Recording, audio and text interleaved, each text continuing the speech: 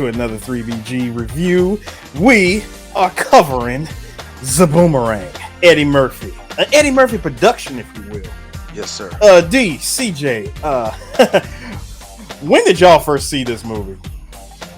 I'd say middle school, so I'll probably say... Same. I ain't see this till about like 98. I saw Really? 99. Yeah, I Yeah. actually saw this, what was it? So... Interesting.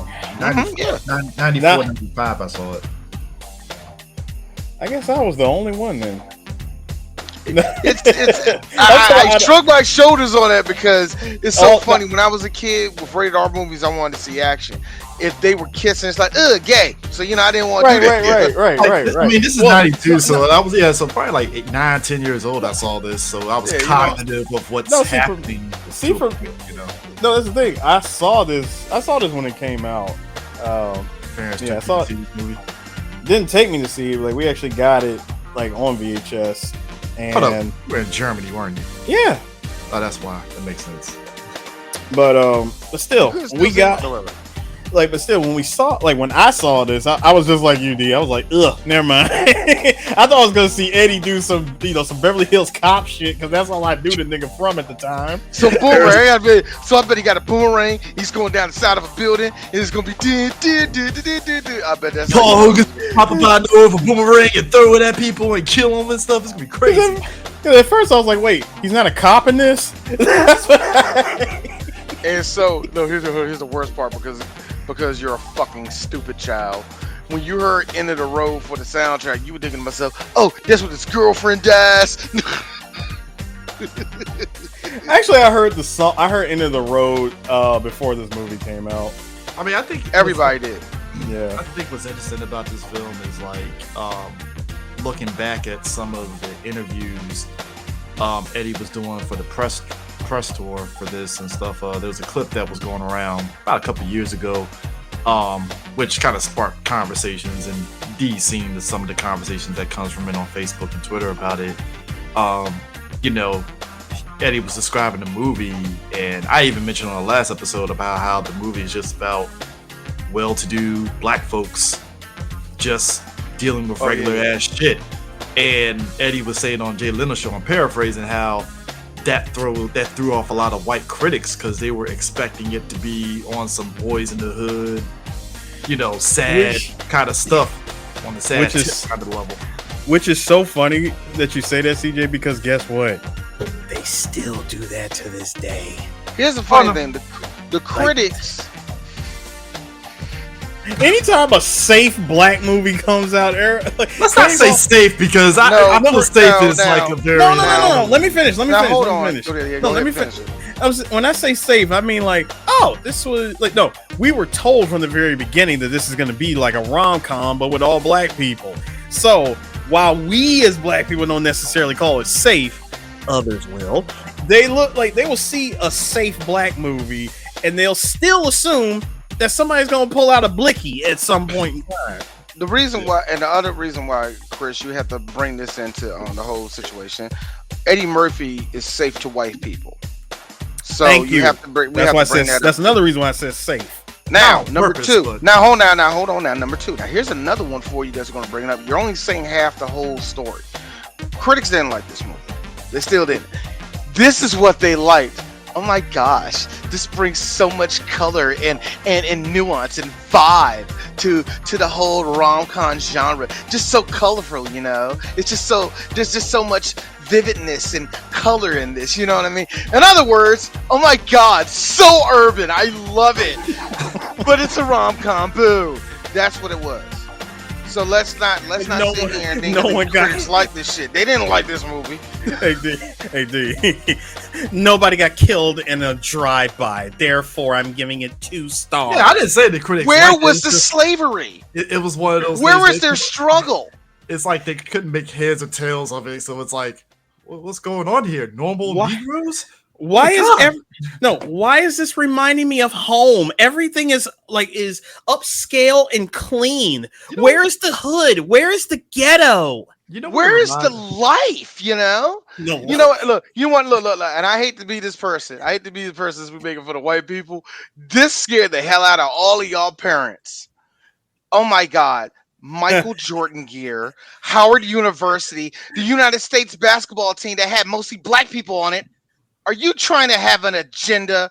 I'm not kidding you. well, it wouldn't be Movies any. like Well, this scared your grandparents. They AD, scared them. It's so AD, much. it's so funny that you asked that question. Like, are you trying to have an agenda? Oh, you mean like how Hollywood does everything today? Hmm. Exactly. So so Just throwing that out it's funny to me that critics and no, let's stop it. Let me just be white people don't change. So Because so you know what it reminds me of? It reminds me of, and this is a recent movie within the past like 10 years.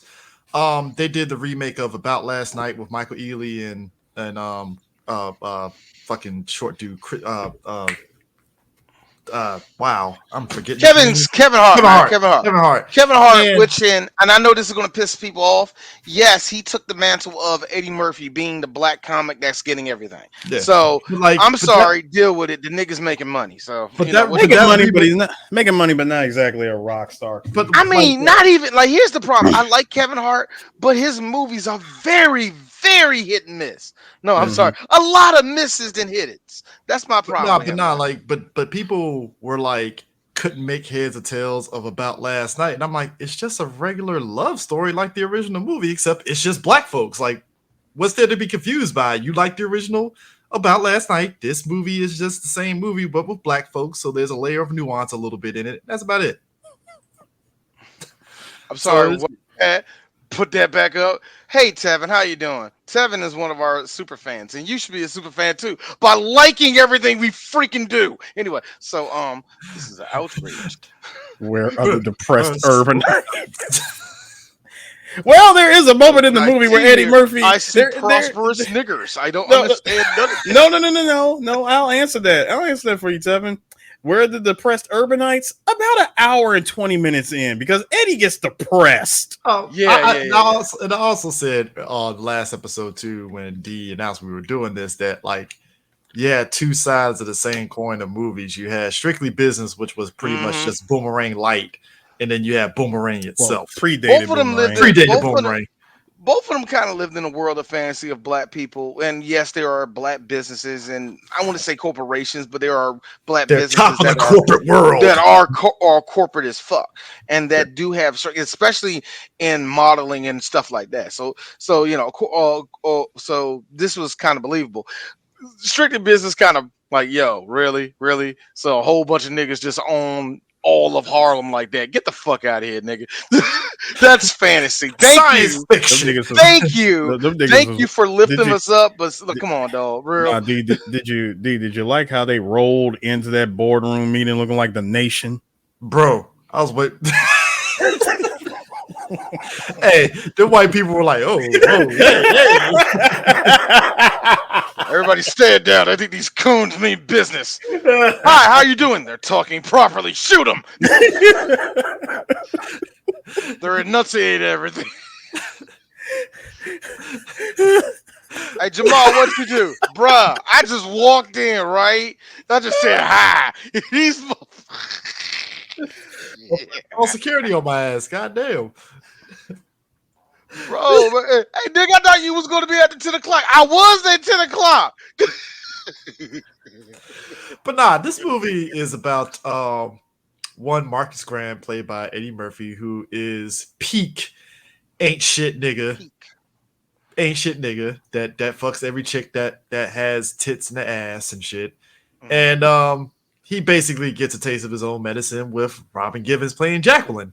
And fun fact behind the scenes, Robin Givens at the time, because of her situation with Mike Tyson and the court battles and all that stuff. And this was during that time. Uh-huh. This was Okay. after. Well, it's after, but But like after, but still, I mean, during the time of Yeah. all that drama going it's down, it was that still lasted.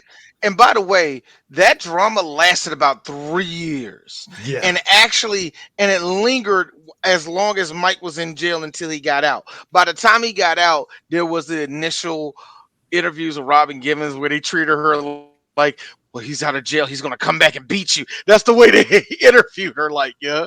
But Wow, like, outside of that, yeah, that was Mike, a long. like Mike went and minded his own business. He went back to his old pigeon coop and let the pigeons fly, dog. I mean, so he wasn't thinking about. Is that another word for punching the shit? Is that another word for punching the shit out of people? No, it's not. I legit mean he went back to his pigeons, his actual birds, and let them fly. Mike came out of prison like Thanos at the end of Infinity War. He came out looking like Thanos in Infinity War. He sat down and was like, I'm at peace. What are you talking about? That nigga came out, started punching everything, said, God pray to Allah be the glory. Punch. I'm like, yo, this nigga's. Hey, Tyson, before he went into jail. I wish I had that sound clip. Allah Akbar! Nigga like, praise to Allah. I love it. Yo, I loved it when that nigga did that shit, yo. Look, and Chris. I'm in a house full of Christians. We all went to church. We're all going to go to church the next day, right? This nigga sit up there, praise be Allah. The whole room. That's right. That's right, Mike. That's right, Mike. Hey, Dad. So why was Deacon Harrison, son? You got to realize Allah means God, son. so Robin Givens. And plus, nigga, plus Dwayne. Nigga pride. Come on. Get with it, kid. Come on. So Robin Givens at this time, she got labeled by the media as this gold digging chick that got an attitude problem, yada yada yada. And Reggie Hudlin was like, "Hey, I can use that for this character because that works for the character." Because basically, Jacqueline is literally just a female version of Marcus, basically. Yeah, pretty much. That is all she was. Yeah, and I love the revisionist history of this. How people say how they dogged her and all the rest of that. You see how black men did it? D was there. It was mostly women. When Mike Tyson went to jail, do you know the amount of women who were like, she ruined his life? D. You want to know a good example of that was displayed in this movie? Yes. The part where Marcus came into the office and all the women were just sniggling and giggling and cheesing and Robin is just telling all the dirty laundry in the world. Yeah. But then the moment this nigga gets close, they're like, hey, everybody play it off. Act like you're doing some shit. Let me tell you something. Let me tell you something. Men do that kind of low. No, we don't. No, we don't. A little bit. Not out in the open. Chris, you're right. Chris, look at me. Chris, look at me. Look at me. No, Chris, look at me. Look at me. We just make podcasts, right? No, these women will sit on a corner when we are most vulnerable. Aim there. No, put your fucking finger down because you act like a victim of this because I know you was. We all was. We ought to say something stupid. And she said, chat room. You show up the next day. No, what's up? What's up? You okay? What do you mean I'm okay? I'm just asking if you okay. And that's today. Back then, all it took, like, you want to talk about social media being fast, nigga. When shit went around the office, you would think, like, hold on, like when shit went around in the office, it was like the internet had already been around, except it was physical. Oh, let me tell you something. Black women and Asian women have this weird communication. Communication network. Even Chris Rock's character Boney knew chat room. Even Chris Rock's character Boney knew the bullshit that went down. That's how quick that shit fucking flew. Hold on. Wait, Harris. Yes. Is Christopher doing what I think he's doing? Are you opening the door for us to defend Marcus? Are you doing that? Because you know City Boys got demolished in this movie, right? So are you allowing me and Eris to red pill ourselves for the episode? Are you doing that, nigga? Technically, City Girls were down too in this movie. No. City Girls won the fucking war. Don't hit that shit. Well, we came back. What war did they win? What war did they win, sir? Hey, Chris, can you win? Can you win a war? Can you win a war if you get turned down? First off, let's make this very clear because we have to deal with your pussy shit 100% of the year. Hey guys, back up the women. This time, are you giving us the gate to eat the red pill so we can be trash and funny for the rest of this podcast. I'm not disreferring to Fresh and Fit. I swear to God, I will X out this in this broadcast. Well, immediately. Chris, I suggest you hit dismiss because me and Eris are about to go to the person. First off, $200. $200. That's what she's gonna leave. That's all she's gonna leave. Let me tell you something. My worth as a man. My worth as a man.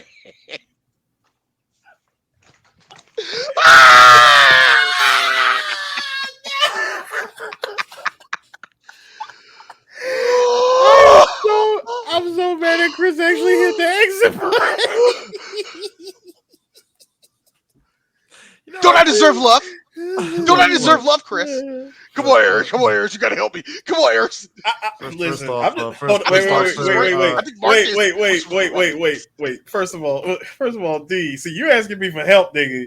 You gotta extend the hand, dog. This is tag team, bro. Yes, sir. Yeah. I'm gonna answer these. I'm gonna answer these questions. Does Marcus deserve love? No. You should have took that $200 and went to Mickey D's. Hey. First of all, Chris, let's understand. Wait, no, D, no, D. You already tagged me in. Chill out. I'm sorry. Just reaching over the ropes, man. Reaching. Chris, you say you should have took the $200 and went to Mickey D's, right? First of all, that money was already his to begin with. Because remember, Marcus spent $200 on a show. First of all, he messed up. He should have never spent money on that girl to begin with. Second of all, because his ass was sprung in the first place, out in the rain, ass nigga.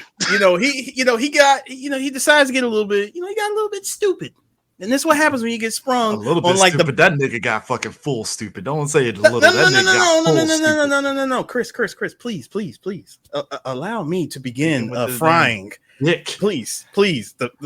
I've only prepped the frying pan, sir. Please, well, you need to cook the fucking meal, motherfucker. Shit. I'm just saying. Let the nigga finish his joke, Chris. I'm just saying. This is what happens when Sue shows me so much Fresh and Fit. So it's like automatically, I'm like, hey, Fresh, speed this shit up, nigga. No, Eris is like Chris like this. Just get to the misogyny. It's like it really is. It's like, bro, just get to the goddamn misogyny. See, Chris wants me to go full misogynist.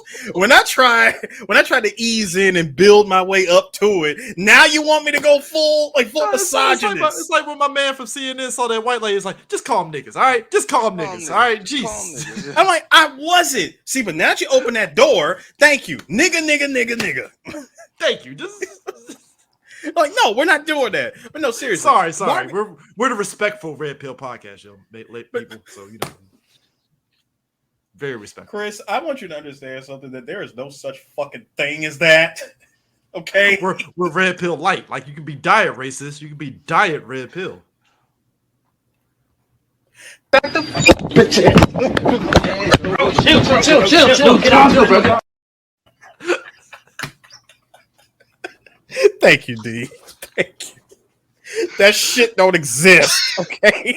We play that clip. Let me tell you something. I play that clip way too fucking much. hey, all three of us have now hit the trifecta of getting it. So, okay. All I'm saying,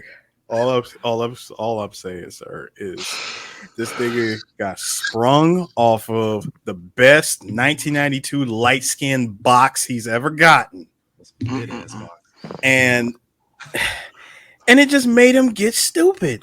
And as the Red Pill say, you're never supposed to spend money on a woman. Okay. Yeah, and that's where he messed up. Yet you're supposed to pay for everything. But because he spent $200 on a show, right? $200 in 1992 money, nigga. That's like $600. All right, that's $600 today. You spend that much money. He's right, Yeah, he's right, He is on. Lewis is right. No, Lewis is not wrong. That's a good one. Lewis is not wrong. But no, that's a great one right you're there. You're spending the 1992 equivalent of $600 on tickets to a show. I like how my man was in the booth like, yeah, what, man? Yeah, it's already started. Yeah, some motherfucker. He's like, yeah, something This nigga. is started a half. He's started a half hour ago. He's like, yeah, some motherfucker. He's like, he wouldn't say some nigga. No, he said some punk. He said some punk ass nigga. The way I would have Love punched you, that New York. glass and I choked him love out you, New York. immediately.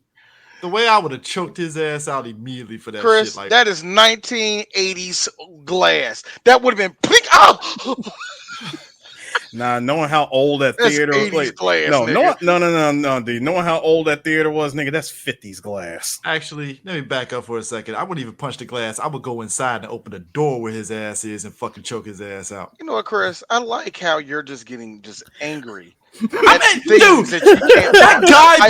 You're no, getting because- angry at things you can't punch, and I love it. No, because here's the thing. It's like I've been in that situation, and you just see it. It's like, look, I've done customer service. You know what I don't do? Be on the fucking phone when somebody needs my help. That's all I'm saying. Like, Hey, check it out. Manager at retail. I'm gonna be on the phone and you're gonna deal with it. but Anyway, D, there's difference between but D, here's the thing. You know how to multitask in a proper way, right? Hey you know. Chris, you only see me working because I'm your friend. Put it this way, all I know is I know you ain't gonna do what my man did, being a fucking dickhead like that. That's all I'm saying. Like that was like pure Again, dickhead. Chris. Again, Chris. Hang on. I am honored by the level of. The man said, "Hey," he goes, "Hold on, what?" Like how you know- didn't the show start? Show started half an hour ago. Like, thank you. You know, you're really good at this job. I know this. I love Man, that. some I punk know ass this. nigga. I'm sorry, New York City. Don't change. But he spent all that money, and you know for a fact he was sprung as shit because my nigga was contacting airports, he was contacting taxi companies, he was contacting hotels looking for this girl. I'm like, dude, you slept with her once. Hey, let me put it out there, Eris. He did this pre-internet. This was pre-internet. Pre-internet. Can I tell you? This is. Can I tell you how funny it is to actually observe niggas like Marcus in real life be sprung as shit? It is fucking hilarious because those are the same niggas that will sit there and say, "Hey, man, you gotta deal a lot of women." I'm like, nigga, you sprung right now. You getting flowers for this chick on Valentine's Day? I thought you didn't care for her. Got a big ass bear, got the flowers. Nah. The thing I like it is when they first get in love. I love it when hoes first fall in love. It is the most annoying thing. Black men, y'all need to get shot for the shit y'all do. Because y'all come in there like, how you doing? Hey D, I got a question. How long you and your wife been married? For 13 years. I got a question, man. You ever take it to Aruba before? Nah. You call that love, my nigga? If you love your wife, dog, how long you been going out with Sneeze? 2.5 weeks. But the point is this, dog. You need to Did you just here's me, and I'm sitting there like, weren't you just telling me I was a dumbass for being with my wife for the last? I hate all of you. I hate each and every Eris talk. I'm sorry. I'm so sorry. I stopped. Go ahead, bro. These would be the same men that will tell us that we have to go out and fuck at least 50 to 100 women. Bro. 50 to 100. Bro. 50 to 100. I got 50 to 100 dog. before you even start thinking about having a relationship. I got a question. And then dog. even when you do have a relationship, you still got to fuck at least 5 other women on the side. You know, Eris, I got a question. Real quick. So did VD disappear? 100%. Did we wiped it out? Yeah, Well, we I wiped think- it out. Well, I think You know how we wiped it out? By continuing to fuck as much pussy as possible. Yeah, I get it. It's like you have to feed the fire. You have to feed the basically you have to smash it so much that when the both of you have VD, you continue to smash in it, and it basically eradicates itself by canceling, the VD out. So, my brother, I got one question. You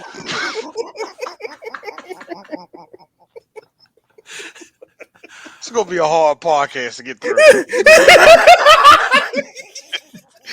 You know the factor that these It's gonna be a motherfuckers. hard episode to get through. You know what these motherfuckers never really factor in.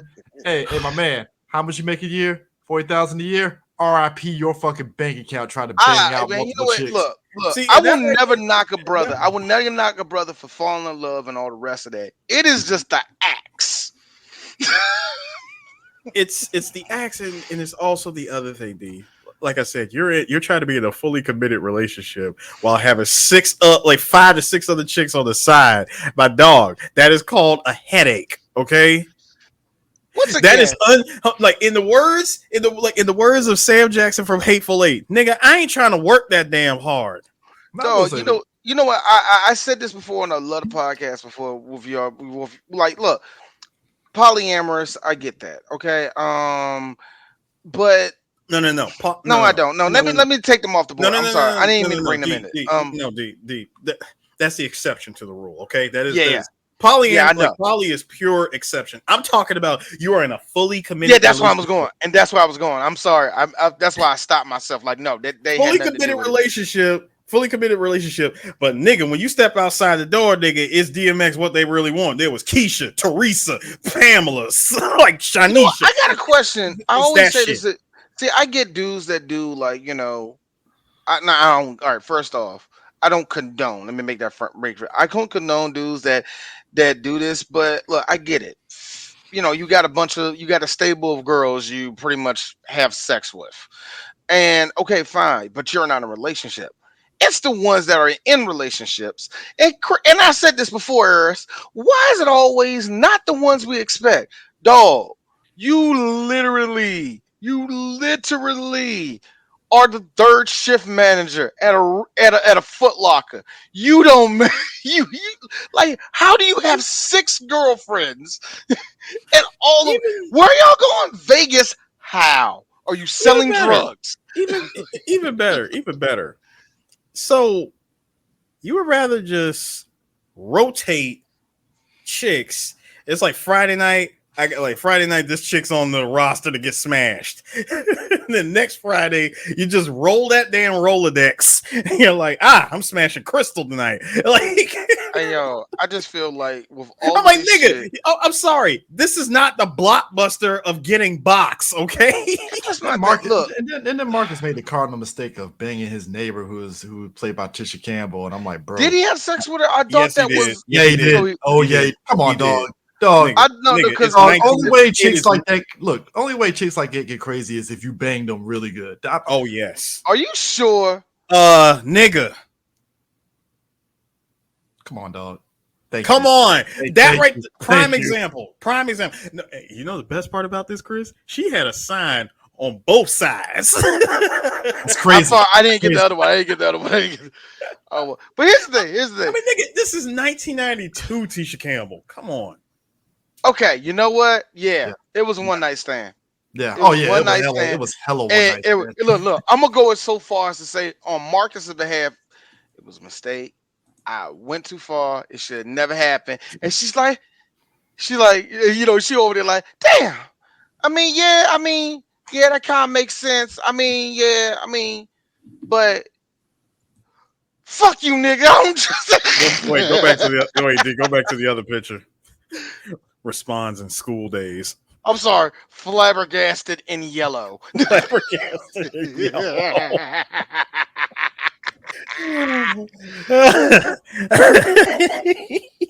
Stairs in yellow audacity. No, stairs and red pumps. Covering forehead and shame. Hey man, that forehead, that headband is doing the Lord's work with that, bro. It's holding on for dear life. Shout out to Tisha Campbell. She said this. I did it. I died seeing that TikTok. And she's like, you know what I'm doing? I'm sitting here having cramps. I'm having cramps at 52 years old. I can still have a baby. What the fuck? I was Because this shit. I was crying. I hit the ground. I was like, I'm sorry, baby. I'm sorry. Don't have a man. Don't have a She dude. said, don't have one. Oh, Tisha, she's in her 50s. She's in that weird 50s chubby but great mode. Don't be around that. Don't be around that. You just happened to show. You will impregnate her. She'll put it on you. She'll put it on you. Look, I guarantee you. Keisha be like, nah. Keisha be like, nah. We got this protection, that protection, all the rest of it. She wake up pregnant, motherfucker. You seen Alexa Fields now? D got a point, man, because Alexa Fields out here trying to get pregnant again. I'm like, I'm sorry. She's not. She better not be. She better not be. Because she loves her husband way too much. That nigga's gonna have this look on his face. We having another baby. She like 45. I don't know why she doing this shit. Hey, CJ. He a regular dude, man. I feel bad for that nigga so much. CJ. All these women that run around trying to get pregnant again at the age that they're at. Meanwhile, what's her face? She said, "I don't want this curse." No. She's like all these women are like that, right? Meanwhile, Brigitte Wilson beat everybody to the punch. Yeah, she did. She did have Flavor Flav's kid, didn't she? Not Flavor Flav's kid, but she did have a kid. I have a terrible joke. She was in her mid-50s and she had it, I think. I have a terrible joke for that, and I will not repeat it. If you want to hear the joke, if you want to hear the joke, it's on Family Guy. It was about that Tina Fey movie. That's all you need to know. That's D's joke. I will not repeat it because that's a fucked up joke. Anyway. Hey, you know the realest, but I will say this though. This is how you know this was a movie that was made from a black person and all that stuff, right? The nature of the brotherhood between Marcus, Gerard, and Tyler. Like that whole, they felt like actual friends. Like they did conversations, and everything. Even when the conversations turned ridiculous, it was still entertaining. All right, to point out Tyler, played by Martin, I will say this: all of the lines that Tyler gives in this movie, they were all part of Martin's pre-92 stand-up routine. Yes, it did. Yes, it was. I'm sorry for him. Like, I'm talking about even before You So Crazy. This like the stuff that I'm gonna say this. Every line that Tyler said, I'm like, speaks in this is how I got banned from Saturday Night Live. Mm-hmm. Yeah, let me tell you something.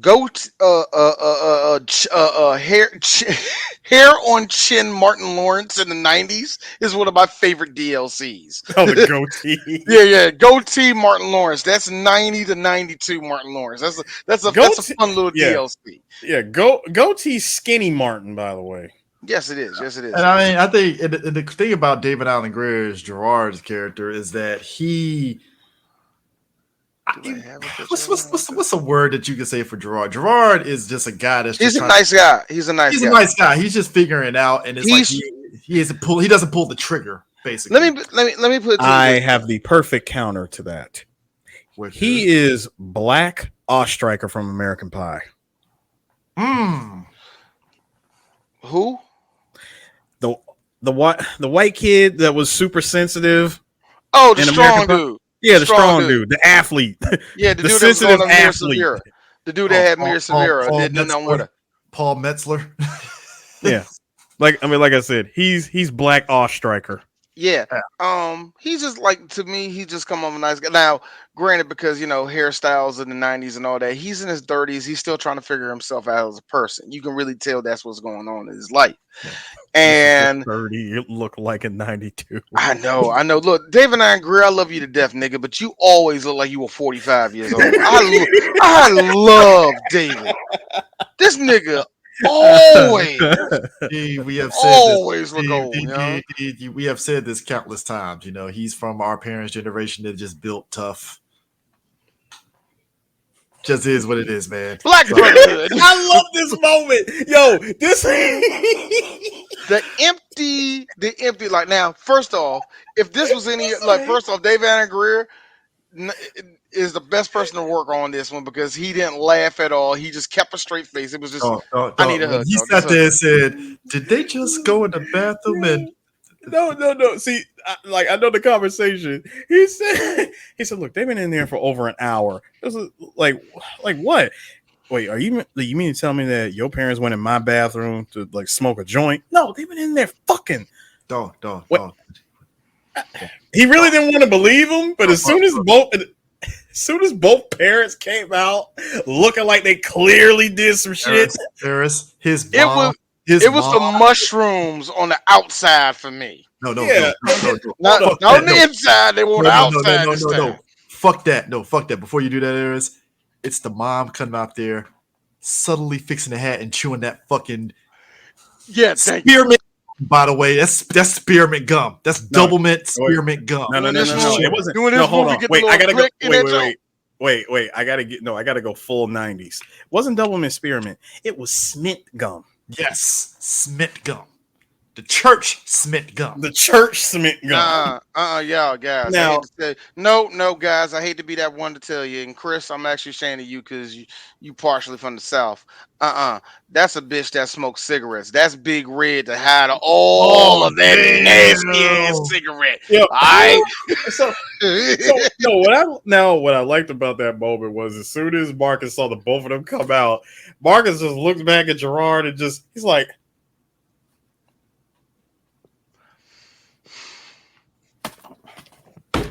"Look, man, get my All right, come on, man. Let's go.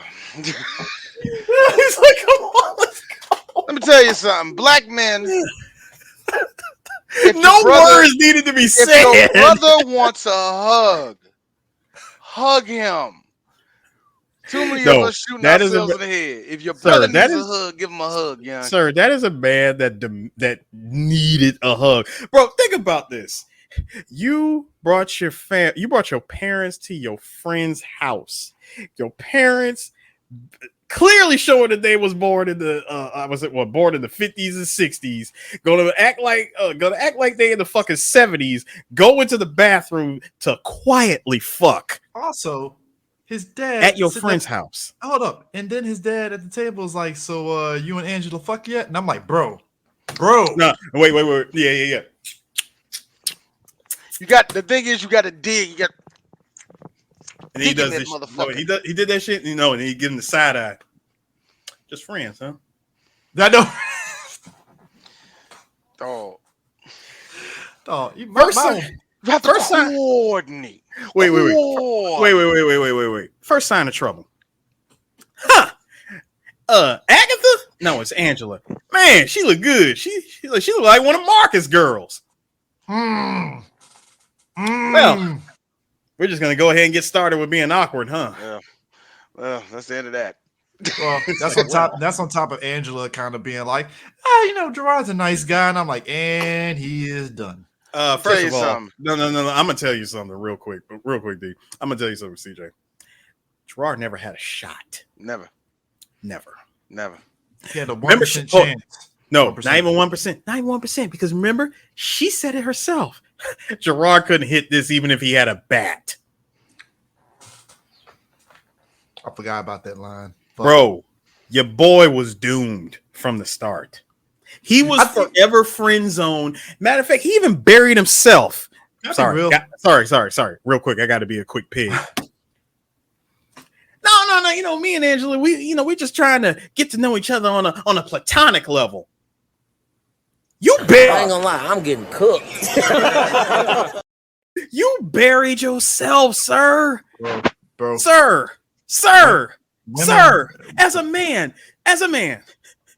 As a man with full dick and balls, you are never, ever supposed to say that I'm trying to. As though you're not gonna have dick and balls, sir. Hey, look, man, when this nigga had the nerve to come out, say the shit with his chest, he's trying to get to know a woman. Wait, let me finish, D. Like to say the shit with his chest that I'm trying to get to know this woman on a platonic level. Nigga, you had no intention of hitting that. What are you doing? Yeah. Actually, see, here's the problem. See, the problem with Eris is that we already know he didn't take account for himself as a man, and he did not. Here's the thing: if you want to have value as a man, you have to first found that value. He already had everything he need. She had to be the one. So you know, is how it happens. I'm mad. I'm mad. Here, D. Take the uniform. Here. Like, I need You know what? I gotta be real. No, because you're doing all my Myron bits. Hey, look, nigga. Look, you the one that listens to these misogynistic short dick motherfuckers, young. You need to be saying this, not me. This nigga over here listens to them for fun, like it's candy. Let me tell you something. Eris, look, I like to be choked during sex. You like to listen to these niggas. I don't understand it. So I'm just saying. First off, understand this. TMI, nigga. Shit. What you talking about TMI, Chris? I gotta hear about all your kinks all the time. All right, fair enough. Fine. Damn, nigga. Visuals of Angie choking you. I didn't need in my head cropping up. I'm just saying. I didn't need you mentioning my wife's name. Sorry. I mean, nigga. Hey, D. Hey, D. Hold up. You want to see what happens? Hey, Angie, the struggle. Wait. D, wait. You want to see? Hold on. Angie, yo, I listen to the podcast too, motherfucker. D.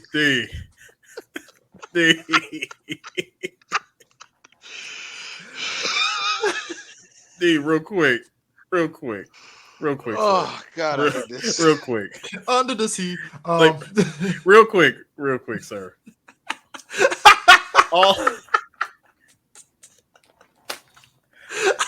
Oh God, I hate the both of you. I'm not saying nothing. No, I'm Chris. God damn it, man. The lowest of hanging fruit, man. Come on. Listen. I did not need you going for the seaweed right now. Okay, there's too much pressure. All right. Anyway, no, all I was saying was, hey, can't hold my breath on this, sir. Shut up, Chris. Hey, this the government, Chris. Just name dropping the government. For real, Chris. For real. Hey, sometimes. For real. Get It's your last time. That's it. Sometimes life hands you a controller and you just got to be at the wheel.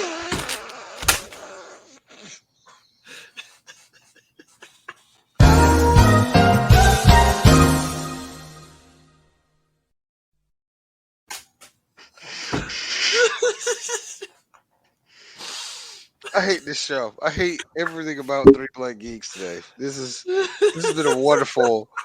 See what happens when we talk about a movie about toxic people with toxic relationships. What the hell? Oh God. Hey, look, all I'm saying is I honestly feel like the venom coming from men is one thing, because that's your boys, right? Your boys are going to be very honest, right? But I feel when it's a girl that you like that hits you like, oh, he ain't hitting this shit, it stings. It's literally like getting kicked in the nuts like 10 times over. It's like, look. It's going to be disrespecting anybody like that, yeah? I'm sorry, what was that? God damn it, Lewis. Oh, God. But nah, man. But especially look, dude, because it's like, look, that's why I sat there and I told D this. I was like, I would be nervous as shit if I met Rihanna. I don't need her roasting me. Nah, bro. No, I don't want to meet Rihanna ever in life. No. CJ. See, there's two kind of roasts. Okay, you can get Rihanna roasted, or you can get roasted by Erykah Badu. Now, what type of roast are we talking about? I'm sorry, I got lost. What's going on? No, first of all, see, when Erykah gives you the roast, it's just a simple, subtle shit, but it's the shit that will forever be burned and tied to your ass, like what she did to DJ Academics. That nigga will forever be Jerry Mouse. Nigga, Chris, I keep on telling you this about black women when it comes to their actions. Black women are a spectrum when it comes to their roasting. Okay, there are degrees of it. There are certain banishment and certain codes that come with it. They need to make a book. They really y'all bitches losing. No, white women just take all of it and just make it homogenize it. But then look, the point is, black women have degrees of burn. The young ladies today, they're not learning from mom how to cook with losing recipes. I call bullshit on that. Black women have never. If black women have kept one thing, it is looking at black men's chest, reaching in that motherfucker, yanking it Kano out, style. going, I don't care. And when I sucked your dick, it tasted like lemons, or whatever. Whatever's gonna hurt you. You're like, you just like your daddy or some shit. Whatever may be the triggering word. You know what I mean? I'm like, bitch, how do you know? I love how black women who know that black man have went through trauma of not having a father will use that trauma. I mean, and sniper wolf. That nigga, look. I am taking the shot. God forbid this happened to any other woman, but I've seen this. I have seen a woman take a punch in the face and all that shit and still said one word off and cripple that man's whole career. Hey, look. Man, fuck you, bitch. I hit you again. Like this. He's never going to recover from that. It's bad enough he punched her, but now he's really not going to recover. Only thing missing is sonic rings coming out. Bling! That's what I'm saying. I know. That's what I'm saying. I saw the sonic rings get bopped out of her just for him to get hit, rings out, and just go straight to the boom. How do you? Eight lives. Look, Nah, you fuck with a black bitch, man. dog. This is how you fucked up. See, first of all, you got the sonic rings knocked out of you, and you landed on the spikes. Yeah, they couldn't even recover one ring. Just did. Man, let me tell you something. You know what? I'm sorry, Eris. But guys, I got a question though. Are y'all interested that this movie is 30 years old? All this shit still is true. Everything. All this shit still happens. Just the internet showed up. That's all it is. I mean, look. Even look. Okay, that's the one thing I do give this movie. Like, wow. So Marcus's thing is this, like, besides him being such a man pig, even to the point that he hooks up with Leela Rashawn's character and bops out the bed because she got hammer time on her toes, which is fucking hilarious. And his boy's like, really, nigga? Know what? Let's flex it. Hey, Chris, that's your avenue. Would you? Not fucking the toes, nigga. I don't give a shit. Hey, look. Let me tell you something, though. But if they were straight, you don't dig it. You Dave Chappelle putting the feet together.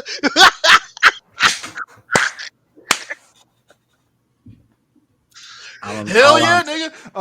But hold on, see, but y'all not understanding something. See, this is how Marcus knew that he fucked up. See, what he didn't know was that Layla Rashawn got this grip with her feet. It's like that monkey grip, nigga. She could have done some things. I just laughed, and he wasn't ready for it.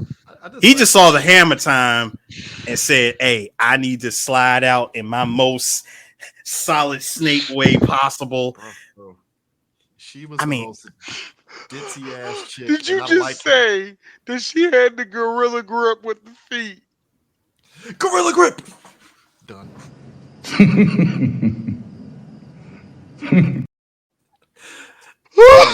Bro.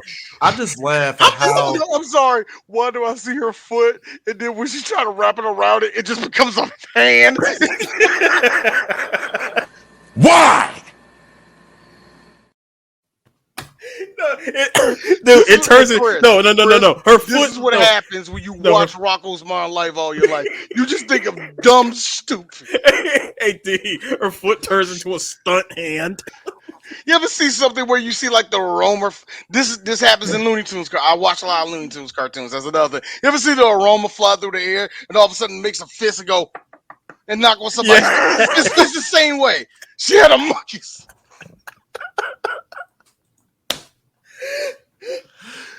Great. Eris, I need the clip of Bernie Mac going Magilla, gorilla. Oh, y'all don't understand. We can only keep a certain amount of clips on here, and y'all keep on giving me something new every week to get, and I'm only going to need it once. But no. But in all seriousness, I mean, Marcus was doing everything in the beginning just right. I mean, come on. First of all, he went up to the nice married couple and said, "Hey, look, I'm gonna give you $20 for the leash." This was any of us. This was any of us that said, no, this was any of us that said, "Take it, fool. You gonna leave that money?" Nigga, that was $20, bro. That was a good $60 today. So Hey, man, hey, that value meal at McDonald's ain't paying for itself. So he plays off that he lost his dog. Kirby! He managed to get this girl back to his house, and he took her back to her place. But let's be real, Layla Rashawn's character, very cute girl. Yeah. Oh my God, she is what I like to call the New York equivalent of a Miami bimbo. Oh God! You know what, Layla? Why did they only give you? They only gave her 2 speeds, man. I hated it. They either gave her all the way ho or, wow, I ain't never been in a car before. They already gave her. I hated how they did that to her, even in Why Do Fools Fall in Love, it was like they were trying to keep that balance between the both of them, and I'm like, now see, by then when Fools Fell in Love, she was right for that role because she played. I think I'm a virgin. Dude, she don't played know the how. most. She played the most pick me ass chick ever.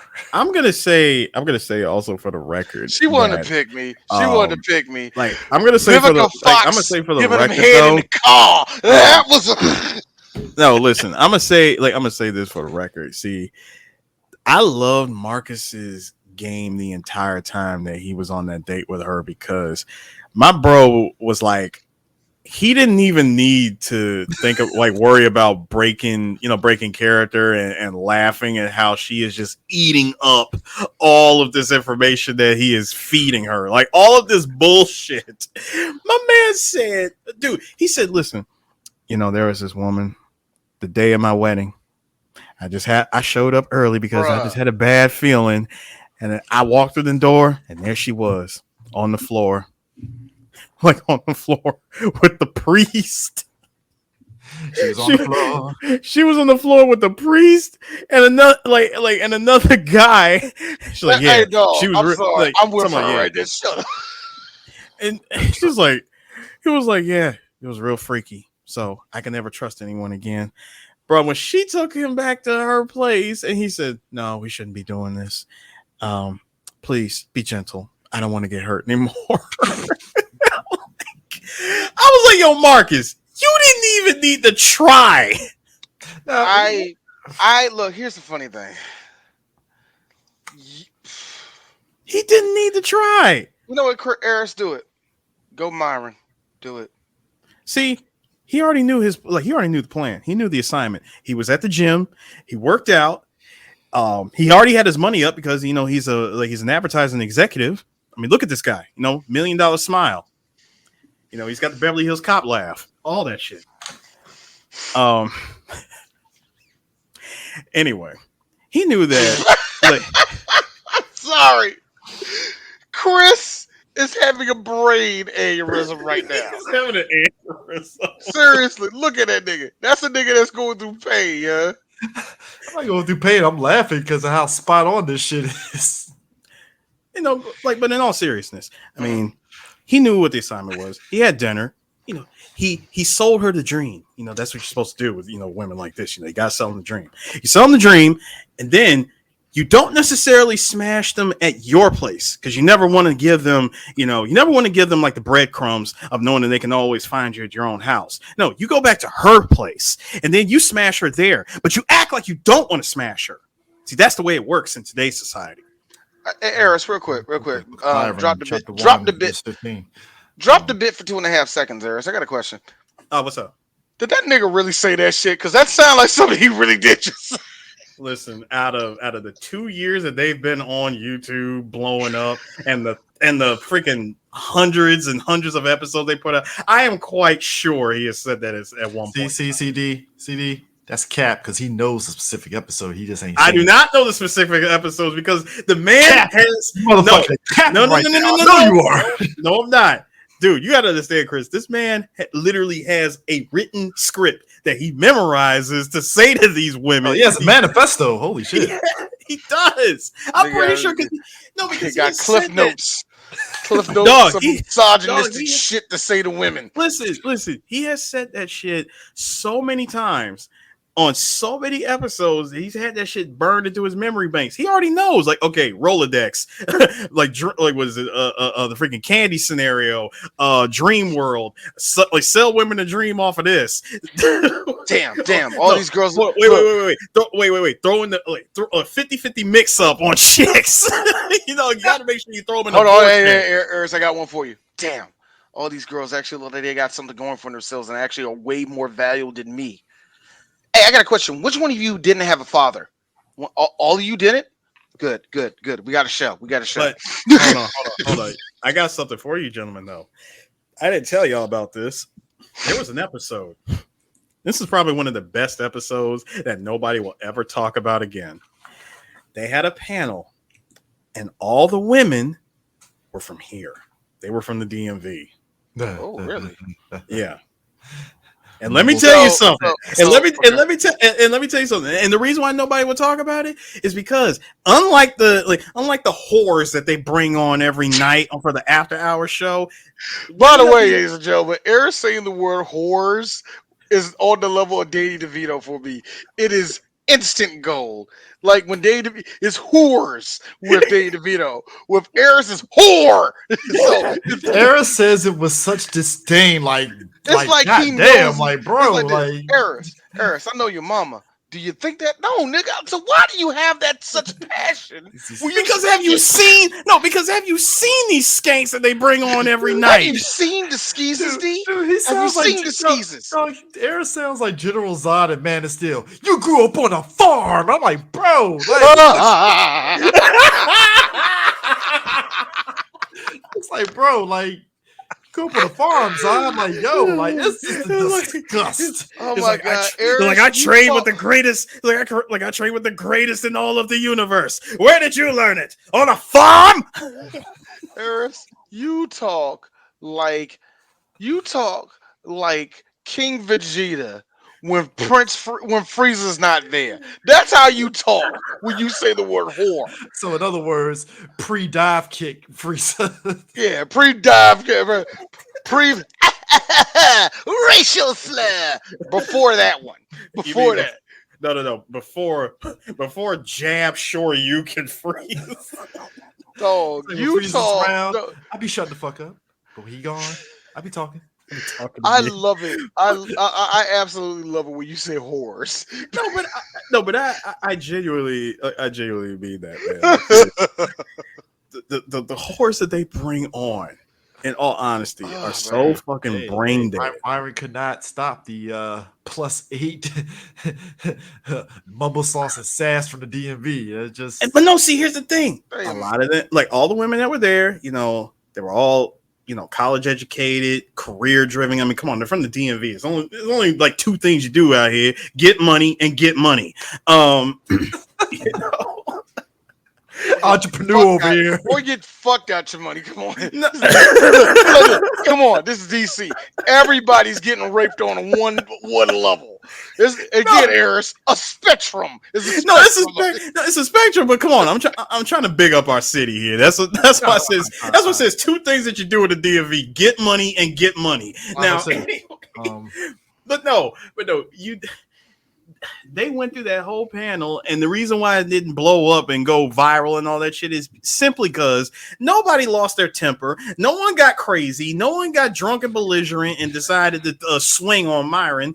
They were just fighting back his Miami bullshit logic with good old classic DMV logic.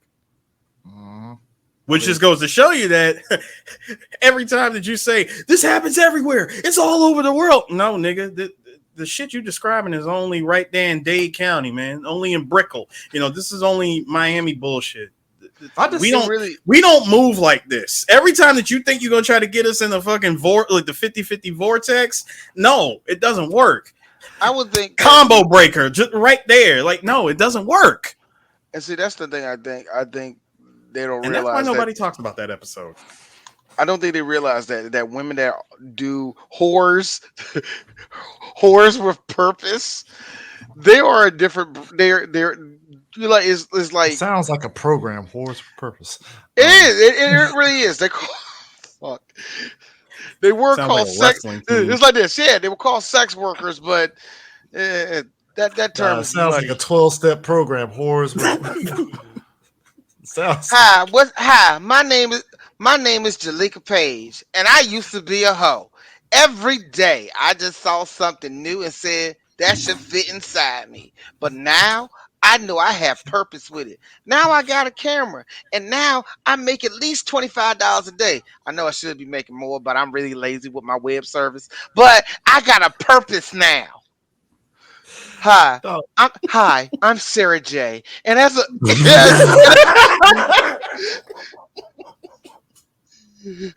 I sponsor Whores with Purpose. In the years that I spent in the industry looking like a foot, I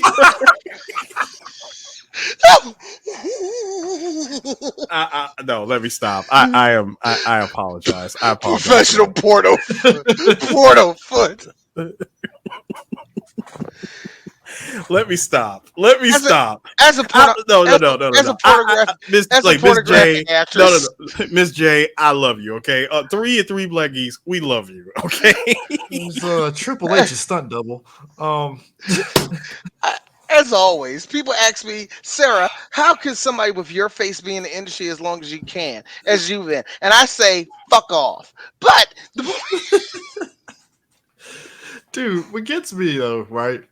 This is what I like to call the Lord. three-headed King Ghidorah of the movie. We got Jeffrey Holder, Grace Jones, and Eartha Kitt. All three of these motherfuckers had me in tears.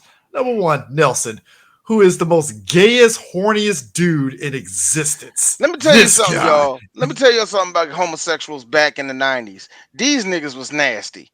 Oh yes. They was nasty Oh, because a lot of these gay men, real talk, and some people know a lot of these gay men, they grew up bisexual, so they know what's good on the women. They know all the rest of that shit. But at the same time, it's like, no, I don't want that, honey. I want some him. Like that's how they were. You know what I mean? That's how they were. But the running so with him, I just love the fact that when he said, "So what you want to do for the next quarter?" Oh, you got it. So my whole vision, yeah, it'll be your whole vision. Oh, I was like this. the I was like running this. joke. Mm-mm. But the running joke is Did that you see? never. Did you see the beginning with the cherries? Come on, you But knew the- if this but- dude didn't have no leash. But that was the funny thing. The running joke is like, don't give Nelson shit. Don't give him nothing. Let me tell you I something, want you man. guys. Ain't nothing nasty in a gay dude that's like, make all the women naked. Ain't nothing. Listen, I would like for you gentlemen to understand that when Universe 3's James Earl Jones decides to run that commercial for cologne, Strong J. that first one, man, was so damn spot on with this. Like, if I could bring this into the anime world, it's perfect, nigga. This is what happened when somebody told Masami Obari, make a damn hentai. My man, she gave birth to a fucking perfume. It like, I would have had the same face like, the fuck? I just got a feeling I just got a feeling there was other Germans in there be like, das is beautiful. No. D.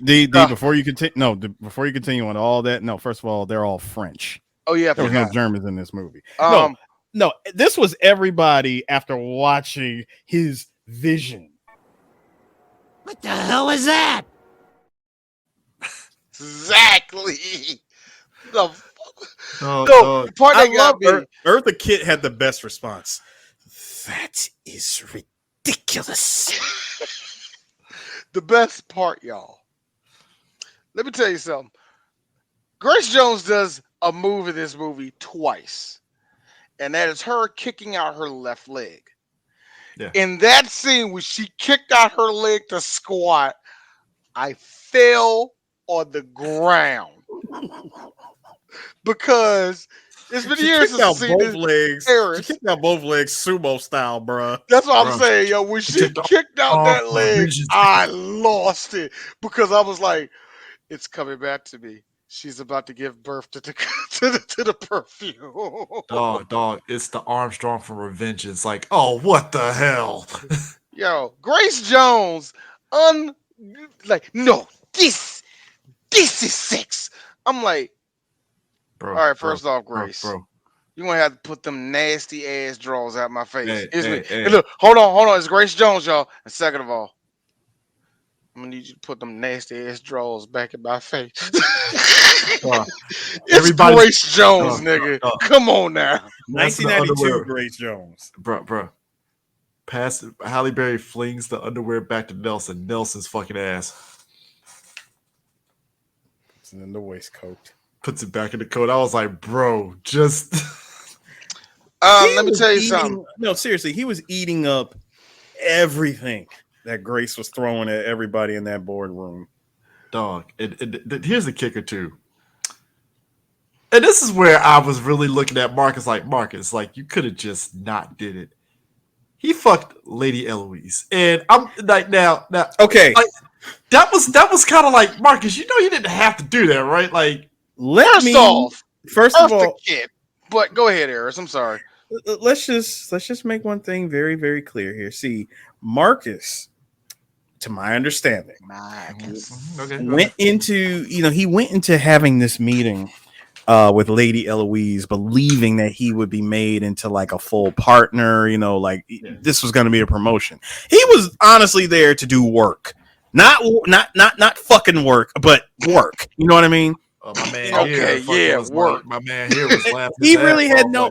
Because seriously, Marcus had no intention of smashing Lady Eloise. I mean, come on. No, he did it. No, he didn't. He had no intention whatsoever. All right. You're right. This is what happens. This is what happens when things go the way that they're supposed to go. Women they're supposed to just throw it at you. You know what I'm saying? You know what? No. Let me finish.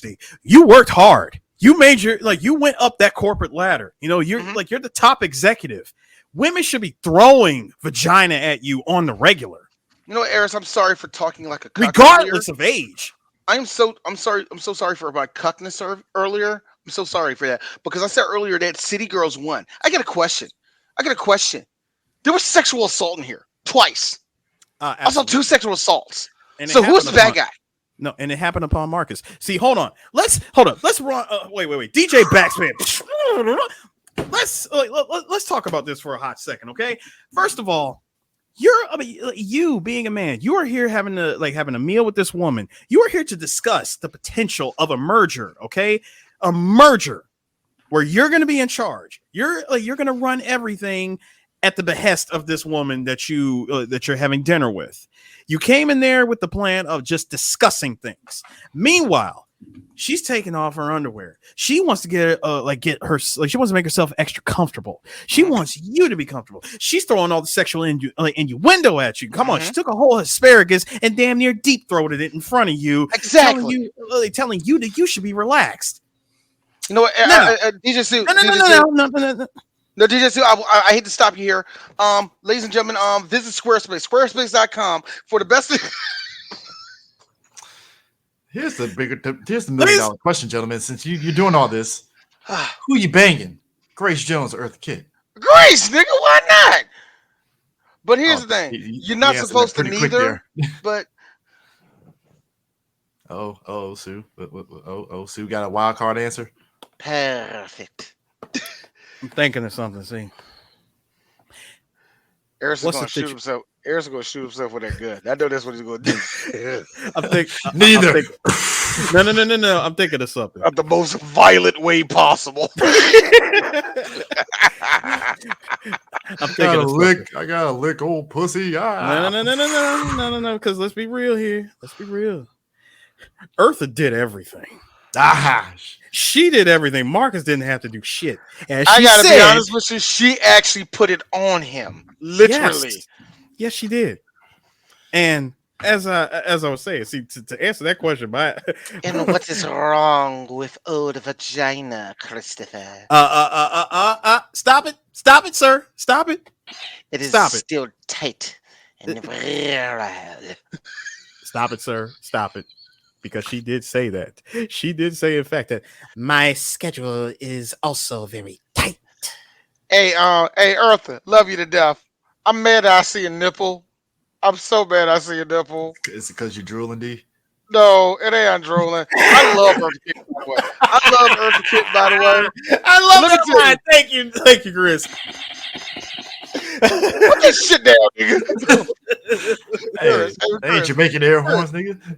Chris, let me be honest with you. Let me be honest. Like I said, You don't I love it's not good enough for Jamaican air horns, nigga. You I get love Mega her Man shit, X bro. Blast. You get arm cannons. Meanwhile, Capcom. What is he using? What is that nigga using? Nigga, this y'all shit. I paid for it. Look, I paid for it. I Time to paid get for our it. 2 cents We on that revenue, have YouTube money, lawyers. baby. We have lawyers anyway. But no, No, but Aaron, to really. no. I'm sorry, real quick, Yeah. Chris, to answer your question. It's just that with Eartha Kitt, it's just that I love Eartha Kitt, but Grandma, please don't hurt me. It's like, hurry up, do this. Earth Do this. got it with the Look. All of us will do this though, Chris. All of us will do this. Warm. Man. Warm. I love it. No, that is what. Look, you could. How was it? You know what? To be honest with you, I think I have a future in having sex as an old person. That's all I can say. That's all I can. No. I'm gonna give no. D. I have the perfect response to that. If you ask me, so how was it? Different. Thank you. Different. No. Seriously though, if you had to choose between Grace Jones or Eartha Kitt, I gotta ask the question: what is the situation here? Like, what is this gonna lead to? Because I know somewhere in the middle of me smashing is gonna lead to some kind of business thing. Let me tell you something, Darius. Let me tell you something. This is the difference. I think hold on. Does the power of Eartha Kitt's box is gonna give me life-changing advances in life? Okay, let's just give it the same situation. Nothing with Eartha Kitt, but I guess more secured success with Grace Jones. No, because think about it. Think about it. Before Marcus found out, before he found out that Lady Eloise had zero power because she has not ran that company in 15 years. I got a question, yo. I got a question. You work at Buckingham Palace. You see old Queen Elizabeth. Come over here. I can make you a part of the royal whatever. You like, all right, I'm about to smash the dust off this old pussy. And you do, just to find out she can't do that. What are you talking about? Bro, she's gonna stay in that room. Wait. Now hang on. Like I was saying, what if smashing Lady Eloise could somehow turn around for your life and you end up running the damn company? Because let's not forget, as a man of high value, nothing beats the power of a woman receiving the best vitamin D in their life. I feel Marcus is going 50%. I say bullshit. You say bullshit? I say bullshit for one main reason. I would love to hear it. The reason why is that, men, we do have this idea that our dick is medicine. It is. It's actually more of cough medicine, meaning that easy. That's what I mean. Okay. See, you say that, D, but Big Pun said it best. The curve be killing them. Eris. All right, hold on. I forgot about this. Ladies and gentlemen, I forgot about this. Turn off your red pill for 2.5 seconds because I'm trying to be intelligent and I forgot I opened up a door that I no longer can close. You no longer have any control. And Chris, it sucks, man. And Chris is looking at you like, see, this is what happens when you give Eris the keys to the red pill kingdom. I told you not to let that nigga run. Chris is like this. I just want to talk about how I just wanted to say Marcus deserved a second chance. That's all I wanted to say. You over here trying to bring the whole red pill thing. Oh god, yeah. But no, I say this. Like, it's so funny. Even if she did have power and all the rest of that, I feel that Marcus just would have. I feel that he just would have been a glorified fuck boy, and he would get laughed out the company. Just real talk. I'm being honest. This is not me. Like, I think if he would have stayed doing being with Miss Eloise and all the rest of that shit, like, nigga, you just fucking her. Shut the fuck up. What? You've been in the same position for a year and a half. She don't run nothing here. That's just that. You might get something in the wheel. You're not getting the company. But CJ, but think about this. See, Robin Givens actually helped him, because if you think about it, she put it out there the first time they met, like, nah, see, I'm running things. Lady Eloise hasn't ran this company in like 15 years. She has zero power, bro. In fact, she has delusions of grandeur too. Bro, she loses her mind anytime she comes across young, handsome, virile men. Boy, did you see all the melanin seep out of his body when she said it? Was like, well, I mean, look, gentlemen. That's what happens when you go too deep. All right.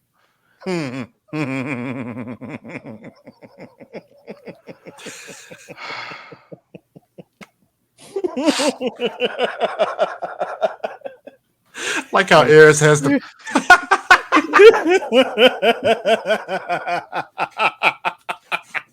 I'm sick and tired of this podcast.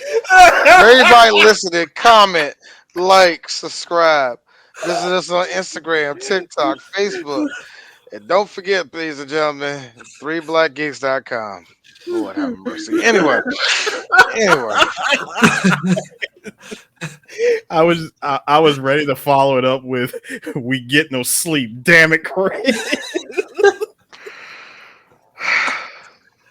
I got a question, yeah. Guys, I got a question. This is a serious question. Yes, sir. Drowning in my sorrow. I have seen many things in my life. You can whip out a dick. I didn't know you can whip out a pussy. I didn't know you can whip one out. Yes, you can reveal. You can show. You can mask. You can do a lot of stuff. Whipping one out is not one which you do. Grace Jones said, "Pull up to my bumper," and said, "Flip." I don't know how she did it. Black women, y'all. That's all I can say. Hey, look. Just from looking at this image, sir, I really have to say it. If WAP came out in 92. All I'm saying is, hey, Grace, what you looking at? I'm saying it. I said it. What you looking at, Grace? I said it. I mean, look. To Strong J's credit, she did say that it was shaved. I would have rolled the dice, and I'm sorry. Grace said it was what? She said it was shaved. Remember, because she kept saying it's shaved. It kept saying pussy. I'm sorry. Grace Jones. It's Grace Jones. It's either going to be straight up scorched earth, or it's going to be a jungle. It's one of the two. There's no in between. No. Hold on, because this is it's Mojave Desert. No, or it's the Amazon. Stop it. It's neither of those things. It is cut into an arrow pointing down. No, sir, you're both wrong. It is cut like her high top fade from Conan the Barbarian. Stop it. Stop it. No. Christopher, I don't have no numbers up, but I give that joke a 10. And I hate to be the person. I'm looking up Wikipedia right now.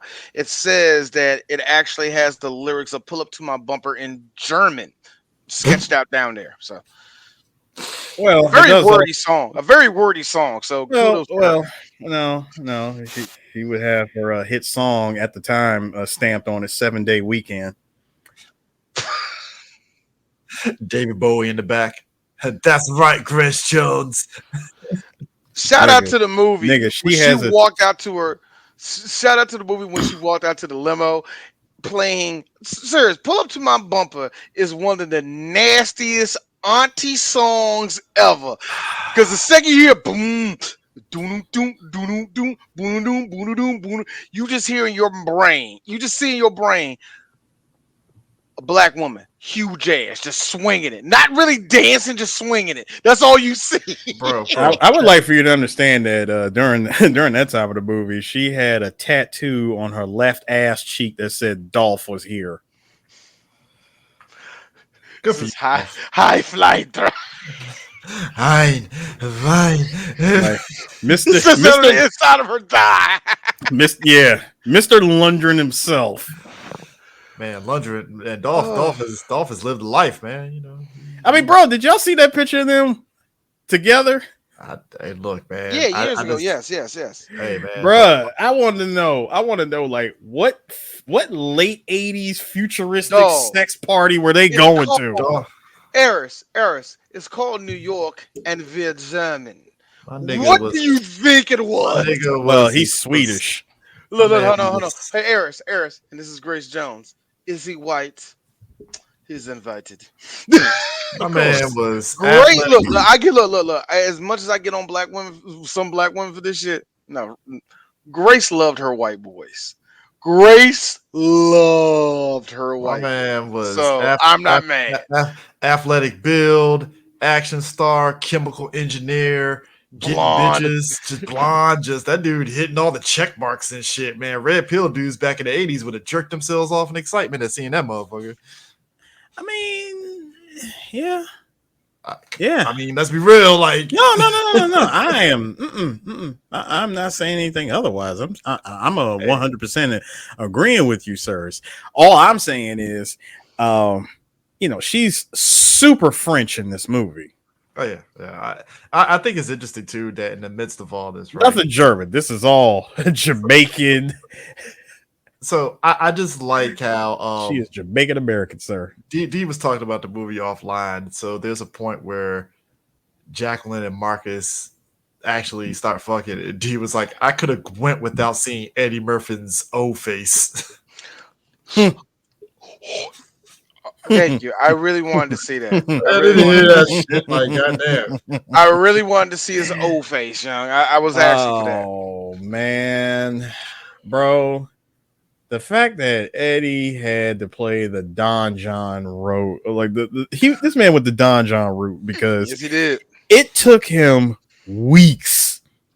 And the fact that there was an office pool with Chris Rock and his boys in the mailroom, he was like, "Look, man, it's not like that. It's not like that at all. I'm keeping it very professional, very, very professional." So what you trying to say, nigga? It's gonna take you a week? It took that man damn near a month. I'm gonna say it. I'm gonna say a whole month. He put up with everything. The fucking she came over thinking it was gonna go for dinner, but we're gonna watch sports on the couch. Yeah, he really thought he really thought that he was going to try to impress her with his cooking skills and whatnot. He thought the flying V was gonna work, and she was like, "No, bitch, not today."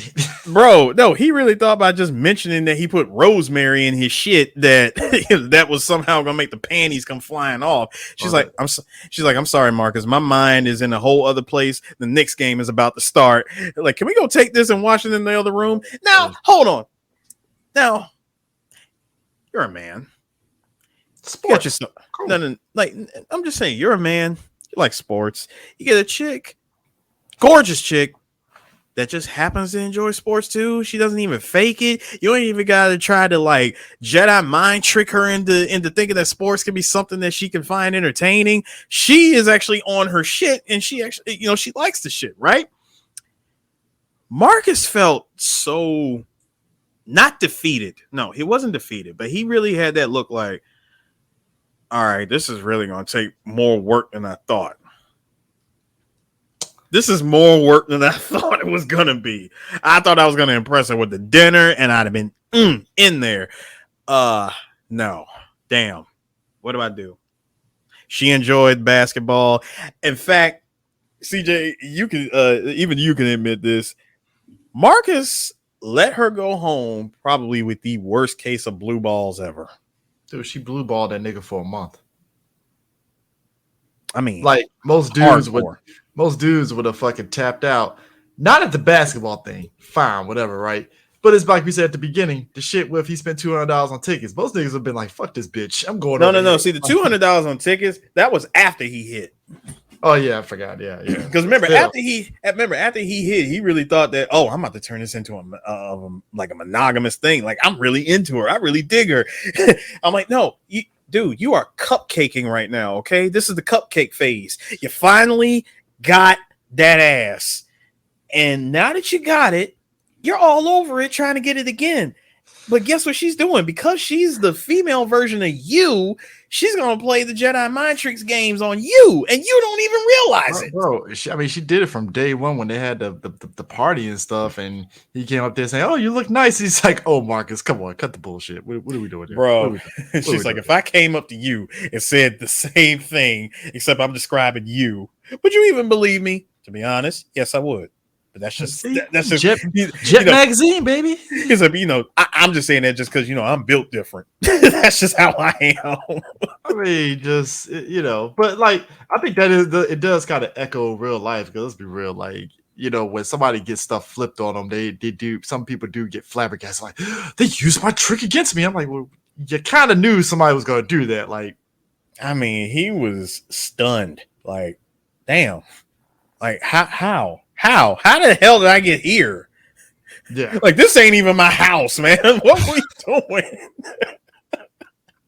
The fuck am I doing here? Flip side though, I like how Jacqueline called little Fifi's when she saw Marcus and Angela link up for that commercial, and I was like, "Bam. You didn't even want Marcus. Now all of a sudden, sis, you're threatened now."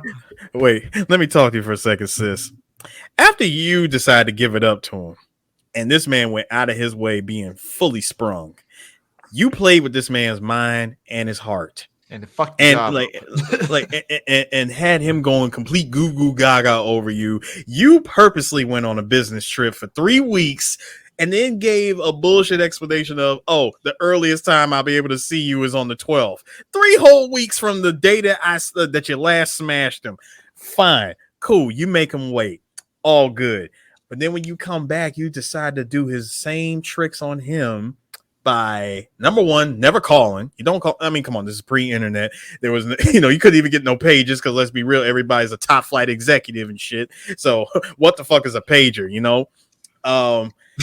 You do all of this with the intention of showing up to his house late with just a trench coat and your bra and panties. 1992, me would say, damn. I got no choice but to hit. Nah, sir, you're doing it wrong. You gotta do the Henry Hill. Okay. All right. No. See, that is how you fail. No. See. But. There ain't no butt to that, nigga. There is a butt. There is a butt. There's no butt to that. Is it I still hit? No. Really think about it. Marcus really did try to play off the whole. No, I'm still upset. I'm upset. I wasted $200. It's a complete waste. I had the whole thing planned out. The arm crossed and everything. No, he was really trying to stand 10 toes down like any real man would do. First of all, if he was a real man of value, what he really would have done is he would have already tried to holler at 5 other chicks in his stable. He wouldn't have even been thinking about her. I hate to actually agree with that, actually. That's true. Hey, dude. The only reason why is stand because up. You have been 10 toes down. That's why. First off, that's why I don't feel bad for nobody in this movie. Number 2, I have seen niggas go through this. Like, dog, I have seen you raw dog literal life for the last 2.5 years, and now because you're in love, because you're the one that wants to feel the need, because you now feel the need. You want to be a spoiled brat and sit there like, no, I'm mad because I'm in love and you got to stop for me. That sounds very pussy and selfish to me. So, but you know what? That's me. Whatever. That's how I feel. Him acting like he's in love with Jacqueline just had me feeling like I just wanted to say, Marcus, that is just complete horse shit. Because it is. It is. Dog, you're not in love. You are sprung because you put in so much effort for something that you should have never put in that much, not even a tenth of that Not damn even effort. Not even a tenth of effort. You had that coming. Not even a tenth of that effort, and it wasn't even worth it. It wasn't worth it. It wasn't. And also, actually, I think it probably would be worth something. No, it wouldn't. No, it wouldn't. I forgot. You don't. Eris, I like it how when male dudes who are whores, I like it because most of the niggas don't like sports, and when the girl watches sports, it instantly kills their dick, and I love it. I just had to say that. No. You have to explain that because I never ever got the connotation between dudes that are hoes, the dudes that are hoes not liking sports. I assume they do watch sports. No. Prime examples of that. All right. Let me straighten that out for you. Nick.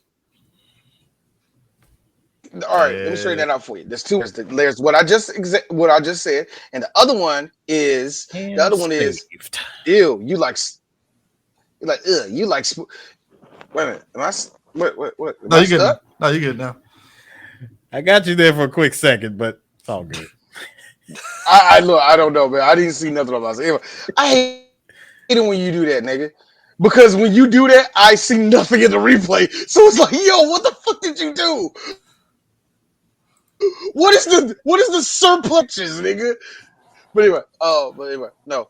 It's either like I said the first time, they don't think that they don't like girls who like sports. Mm-hmm. Yeah. That's kind of interesting. I didn't even think about it like that. No, like I said, no, seriously, in all seriousness, because thanks to the RP space, they will tell you shouldn't even watch sports. You should actually you should be the athlete. That's why you got to hit the gym. That's why you got to get your money up. That's why you got to do all of that because because she's looking at other guys. No, not even that. Because why waste all that time and energy watching sports athletes when you should be in the gym making yourself into an athlete?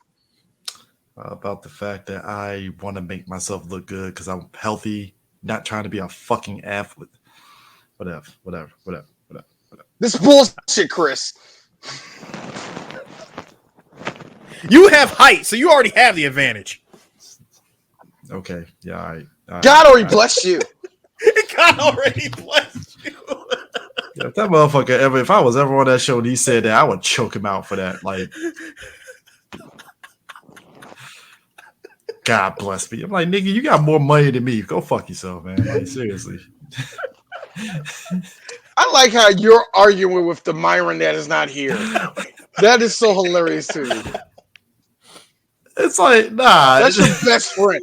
That is your best friend. That's your best friend that's talking like a downright misogynist. I'm literally on a live show, and my villain origin story is with an imaginary beef with a guy that I don't fucking know. Like, that's where we're at right now. I swear to God, Chris. Why are you fighting with Future's backwash? Man? I don't understand that shit, no. You are a little like I get mad at Eris for looking at DSP, but you get mad at this nigga, and you don't even watch this dude. You know what it is? I'm just like, I'd rather you hate him. I'd rather you hate him than some R&B nigga I know you're never gonna watch. You're never gonna see or listen to. I'd rather that than you. Because there's no R&B person that I want to hate. I'm not going to sit there and say, hey, man, Lucky Day can go fuck himself. I'm like, because You know, like See, oh my god. I see George Benson. I'm gonna fuck his ass up. Oh God, I love the origin story of CJ. It is just it's a beautiful story. One day I'm just minding my business, right? And this asshole is gonna talk.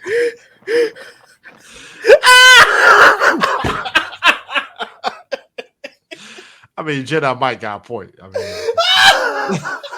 We've been telling you this. No, hey, Mike, we've been telling this shit to this nigga for the last 12 years. He's been fighting us for the last 12 years over this.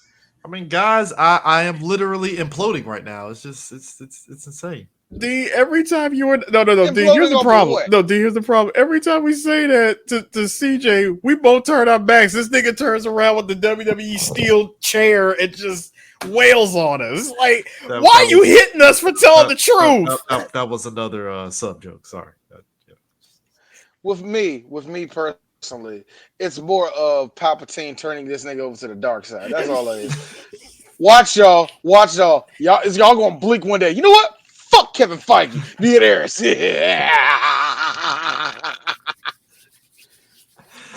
what happens. It's an origin story. Hey, look, in Warhammer, it took at least a whole decade for the big cataclysm to begin. Wait. No. Wait, hey, D, no. This would be me. I'm sorry, CJ. Can you say that again? Exactly the way you said it.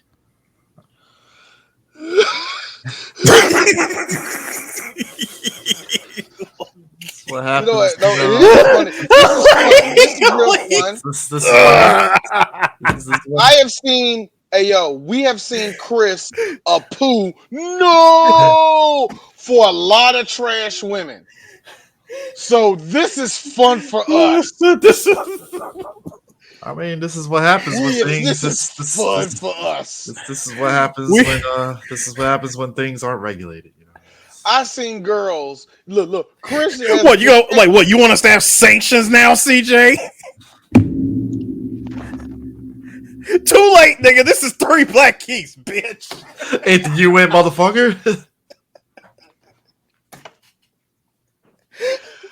Oh god.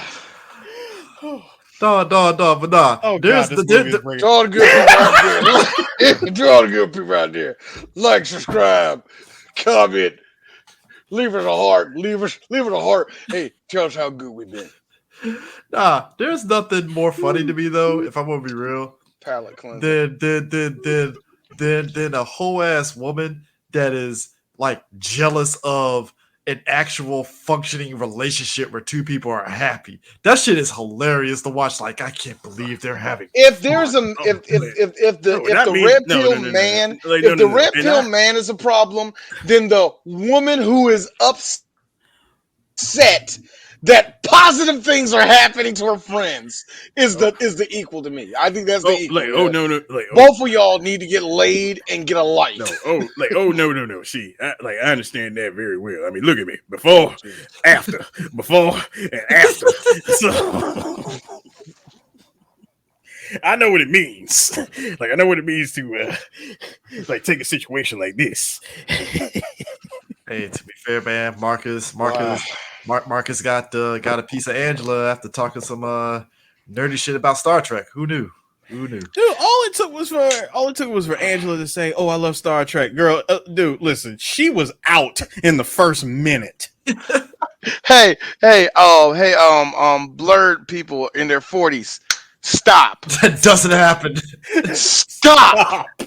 This is not a blurred love story. Fictional character. Stop it. I'm getting sick and tired of all you I was born 1974. Hey, we don't make hip hop the way we used to. Ass niggas telling me that this is an origin story. See, blur girls existed. Shut up. Here's the thing. Oh, I'm so sick of that, man. Here's the thing. You have this and Goofy movie and just y'all remembrance of Color Purple tire me. It tires me. Anyway. I mean, one in a million shot that you get ass off of watching Star Trek. I'm just saying. Like, now, this, actually, No, hold on. look, and even in the Whoa. There's a dude that And got ass off Boley, of, no, and and that's a dude that Boley, got ass off of Dragon Ball. I ain't taking offense to that. no. Screw that, CJ. This man said it. Full hamburger meat chest.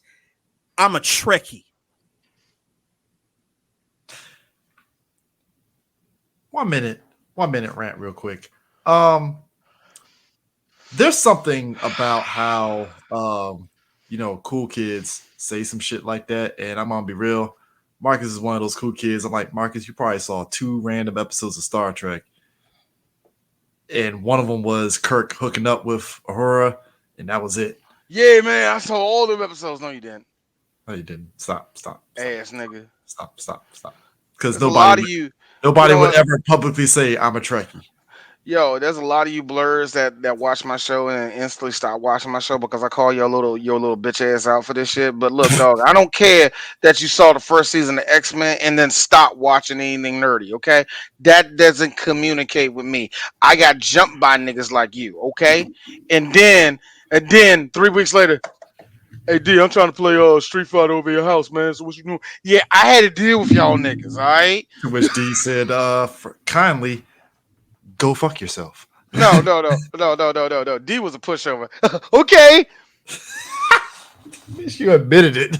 Hey yo, you see all this funniness? This is trauma, okay? This is just trauma coming out of different areas. You know how people always say, hiding real pain. do you know how people always say, like, oh man, let him get beat up. That builds character. Yes, it does. And I'm a broken person. Let me tell you. Anyway, D's like the lady from Titanic, just after 40 years. Well, as you see, Chris is. Yes, to anybody looking, this is supposed to be the submarine. I didn't want to say anything about this, but yes, that's the submarine. Gentlemen, it was not Blue Sub number 6, all right? It was Blue Sub number 1. Certainly one, and certainly they didn't make it down to Sea Lab 2021. So if you're looking for me, you better check under the sea, because that is where you'll find me, underneath the sea lab, underneath the water. That's my show. That was my show. That and Herbert Birdman was my ish, man. We'll see, Marcus. I'm lying. It was all of Adult Swim. We'll see. Marcus's heart was made of carbon fiber, and it was very brittle and not buoyant. No, yeah. But Eric, Chris, Logitech will work too. Anyway. Look, sir. I bet that everybody said GameCube controller, and then when I saw it, I was like, "That's a Logitech controller." Sirs, I need you to understand something. That thing was able to stay afloat by taking on 2, not 3.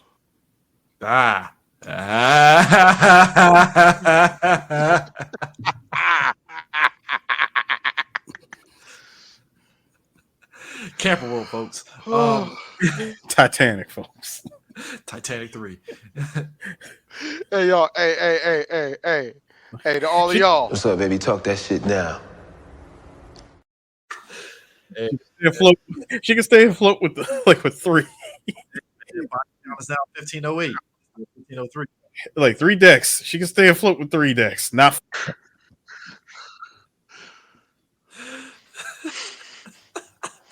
Hey guys, I got a question. When the pressure got to, did you hear when it happened?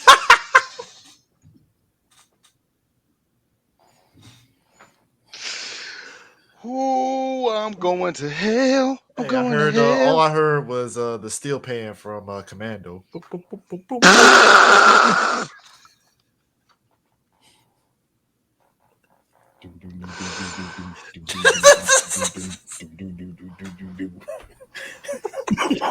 Hey, I see Jack and Rose, man. Get closer.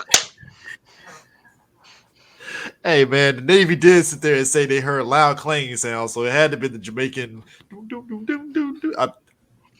Just saying. Hey, you know when they pass the sperm whale like, all right, don't go too far.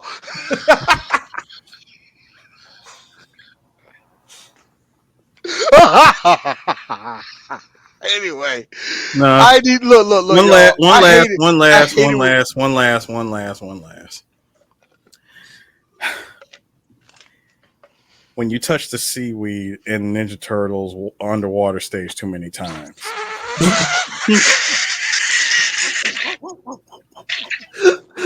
I need to do a Photoshop of the fucking sub. I need to do the sub. It's the seaweed. Oh, I can see Raphael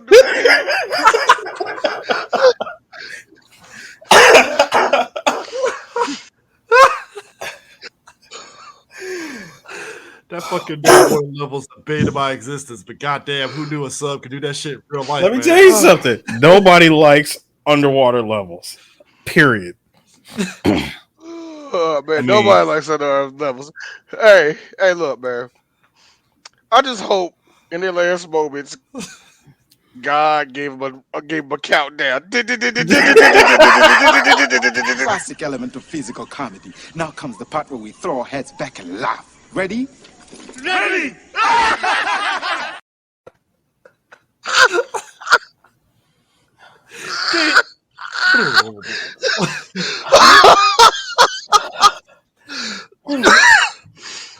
Good. All right. I hate time stepping my episodes like this, but Hey man, look, this was the funniest thing in the world. Me and D timestamp working title. This is one of the Me and D, stupidest things in me the and D world. timestamp January 6th for working title sports show. So this definitely is one for the ages here, man. Did we do that for you? Yeah, we did. Sirs, I don't sirs, remember that. hey, sirs. Oh yeah, that's when we Sirs. talked that night. Yeah. Sirs, when this guy said, "Take it from me, don't do it." When you go in there, you don't see no bubbles. You're in trouble. No, when you get in there, you see no bubbles. That's no good. Big the cat says. Hey yo, they woke up. Look, they woke up. They saw. Look, they woke up and they saw Jack and Rose. Look at us. Look at us. Huh? Who would have thought? Not me.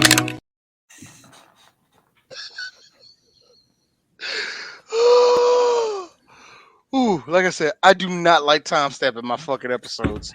Nah, I really man. don't. It's bad enough we did. It's bad enough we did with George. We did it the night the rise of George Floyd. It's bad enough we did the John. That's the stupidest shit in the world, bro. I'm sorry, bro. Anyway. No, here's the thing. Marcus and Angela, they're This on is their own. underwater dumb. We did it the night. Look, we did it the night of Freddie Gray ride too. No, Freddie Gray ride. God, No, Drake but- like geeks need to take breaks. Anyway, here's my thing. Like, they're all happy. Nah, this is 20,000 leagues under the sea, dumb. down in the mud here, under the sea. We'll see, guys. You know, they that's when they that's when they were going crazy because one of them sat there and said, "I think I see a talking crab under here." Nah, all right. You already know. I know one thing. One thing that we definitely didn't see when the news came out. Look, I can see their parachutes. They're okay. Shit don't work on the water, dog.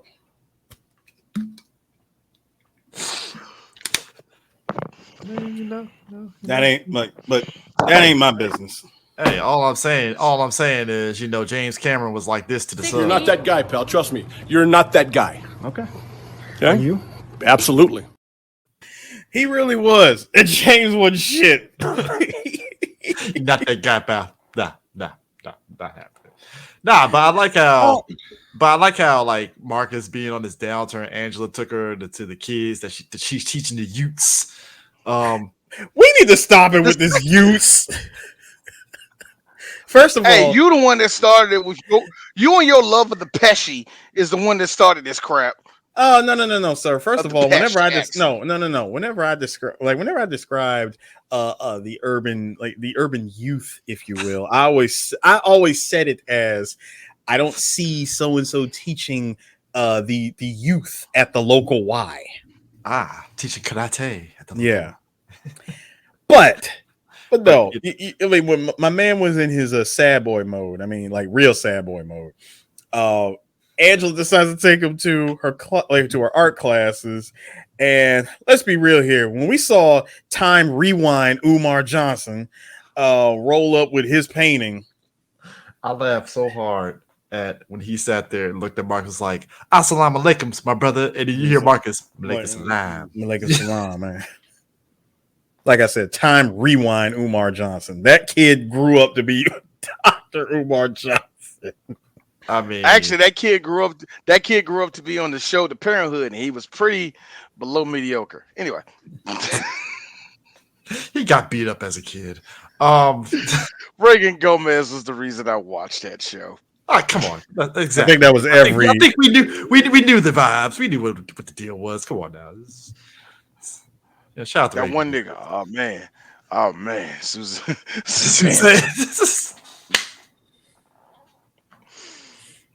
Can you Robert imagine? Thompson, I love you. I love you, Robert Thompson. Dude, can you imagine that one dude that's watching Jason Lyric and he's doing the Birdman hand rub at Suzanne and that movie? The only nigga that's she's like a hard working black. That's a hard working black mom 90s. Oh man, well, how your childhood was, nigga? The same chick that'll serve most deaf fried fish and hot chocolate at a diner. Ooh, baby, I'm stalking on your ass. I gave you mud butt. Ooh, baby. You eating catfish at 1 p.m. with hot chocolate, dude. What the fuck? That is. I bet your guts go like ooh. Your stomach gonna be you like. Gonna blow up that. You blowing up that office. Anyway, Your stomach like Timberlands in the damn dryer and shit. Bro, but like, dog, here's what happened. So he went back to the hood, got himself recharged off the children. You know, they both looking at each other at the new commercial that was basically the highlight reel of Strange, complete with Mario Van Peebles' daddy sitting up saying that looked like a nipple. Melvin Van Peebles, that's a nipple. Nope, that's a shadow of a nipple. That's a shadow of a nipple. I know that's. I can tell. I'm drooling. Drooling. That laugh at the end.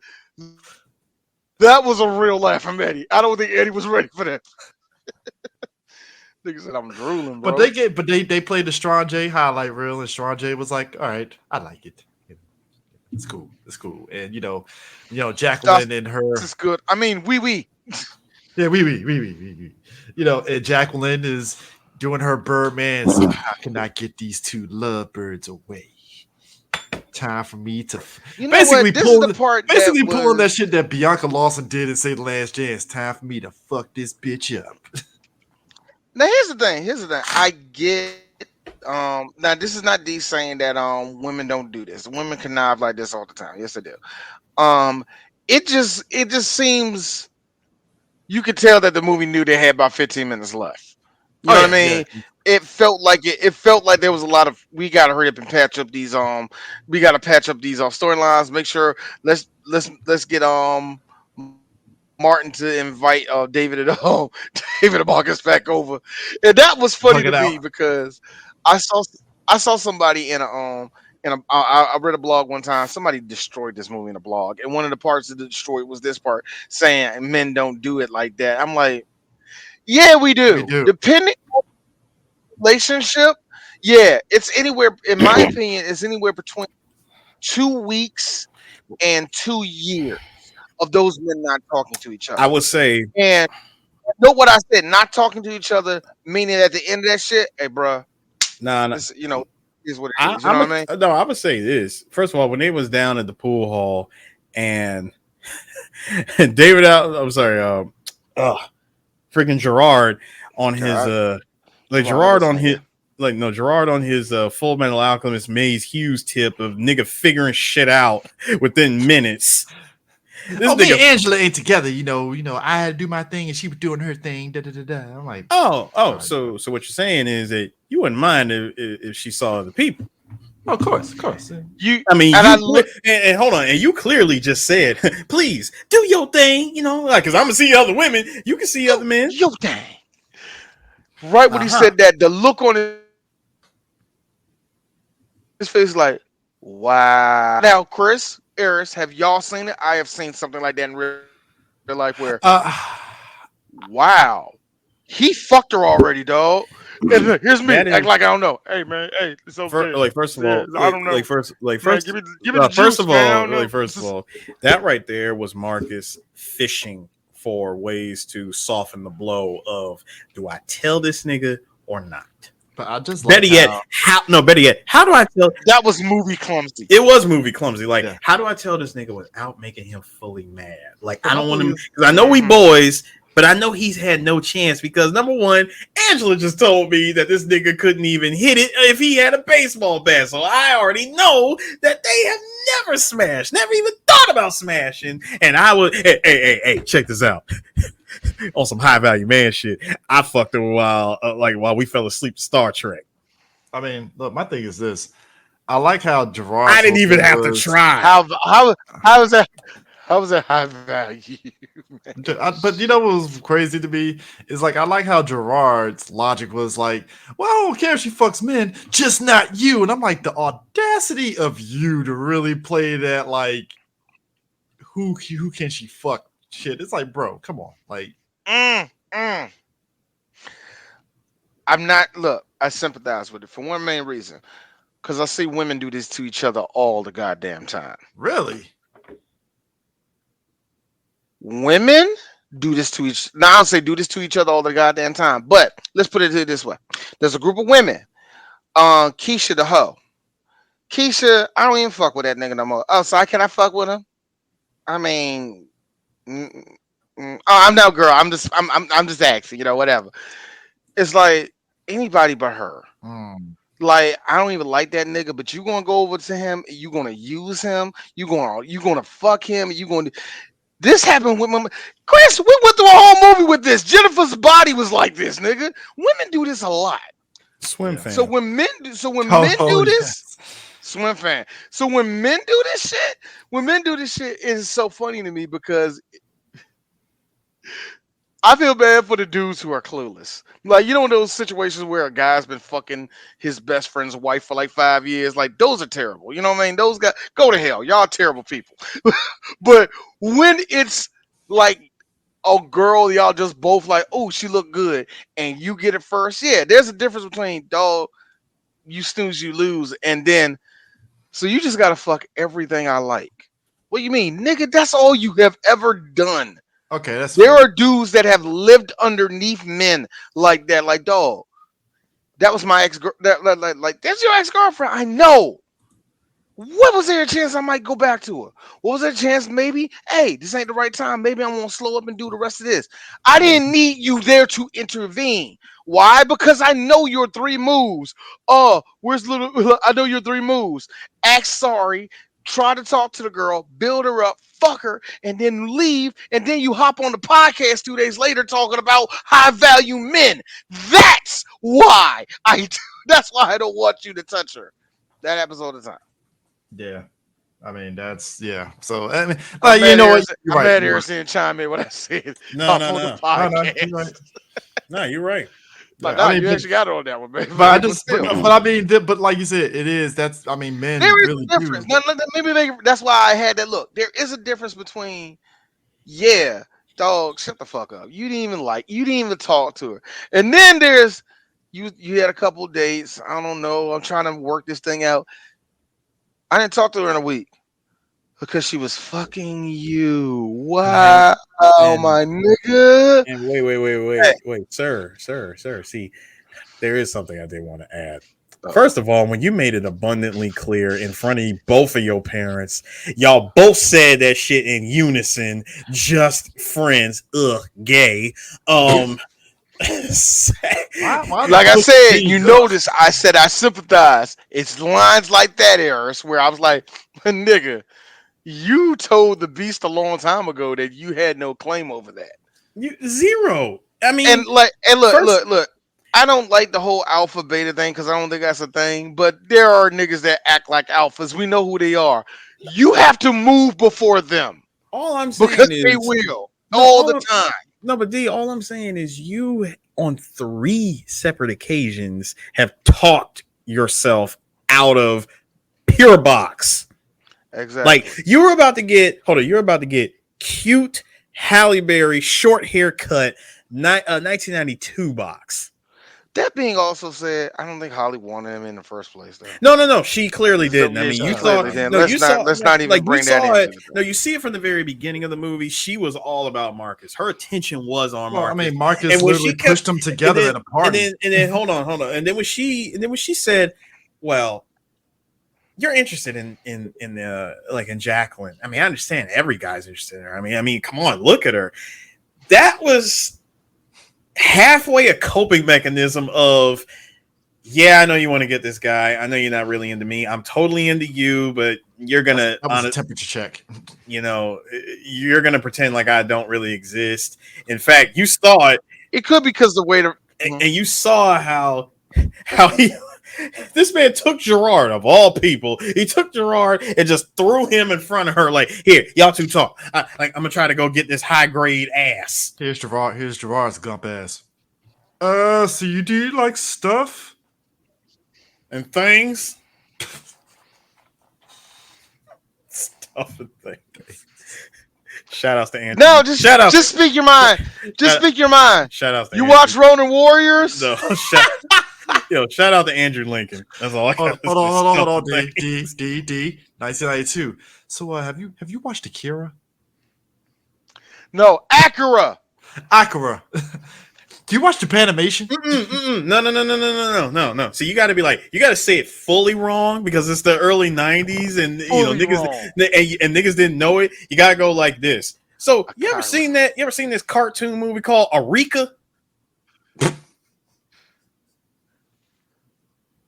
Like I said, fully wrong. I don't watch cartoons. Like I said, fully wrong.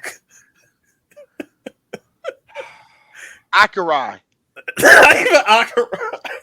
Dog.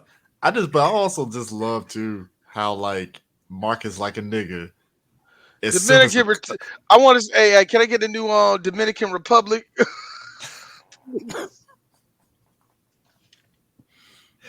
I just enjoy that Marcus like a nigga. As soon Damn it, Lewis. Oh crap. I just like how Jacqueline. Wow. He's this close from getting the damn Blu-ray. I just enjoy the fact that Jacqueline threw a crumb of pussy his way and he left Angela to go to Jacqueline. I'm like, bro, come on, dog. Like, that's the reason why I don't feel bad for Marcus and all the shit that happened to him. You've been on your dog shit 100%, and now that your dick is in crisis, I need to feel bad for you these last 5 minutes of the movie. Like, dog, no.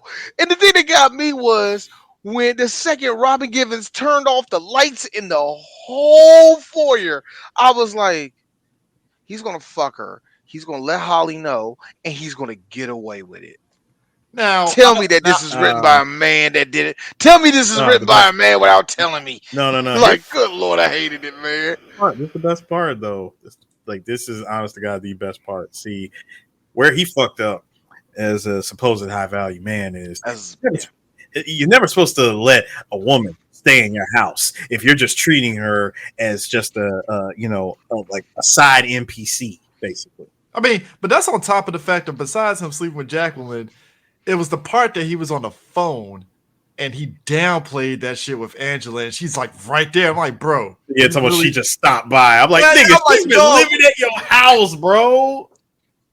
Is she right there? Dog, she is right there. The bitch got sculptures in your house. Thank you. She dragged you out of the shower.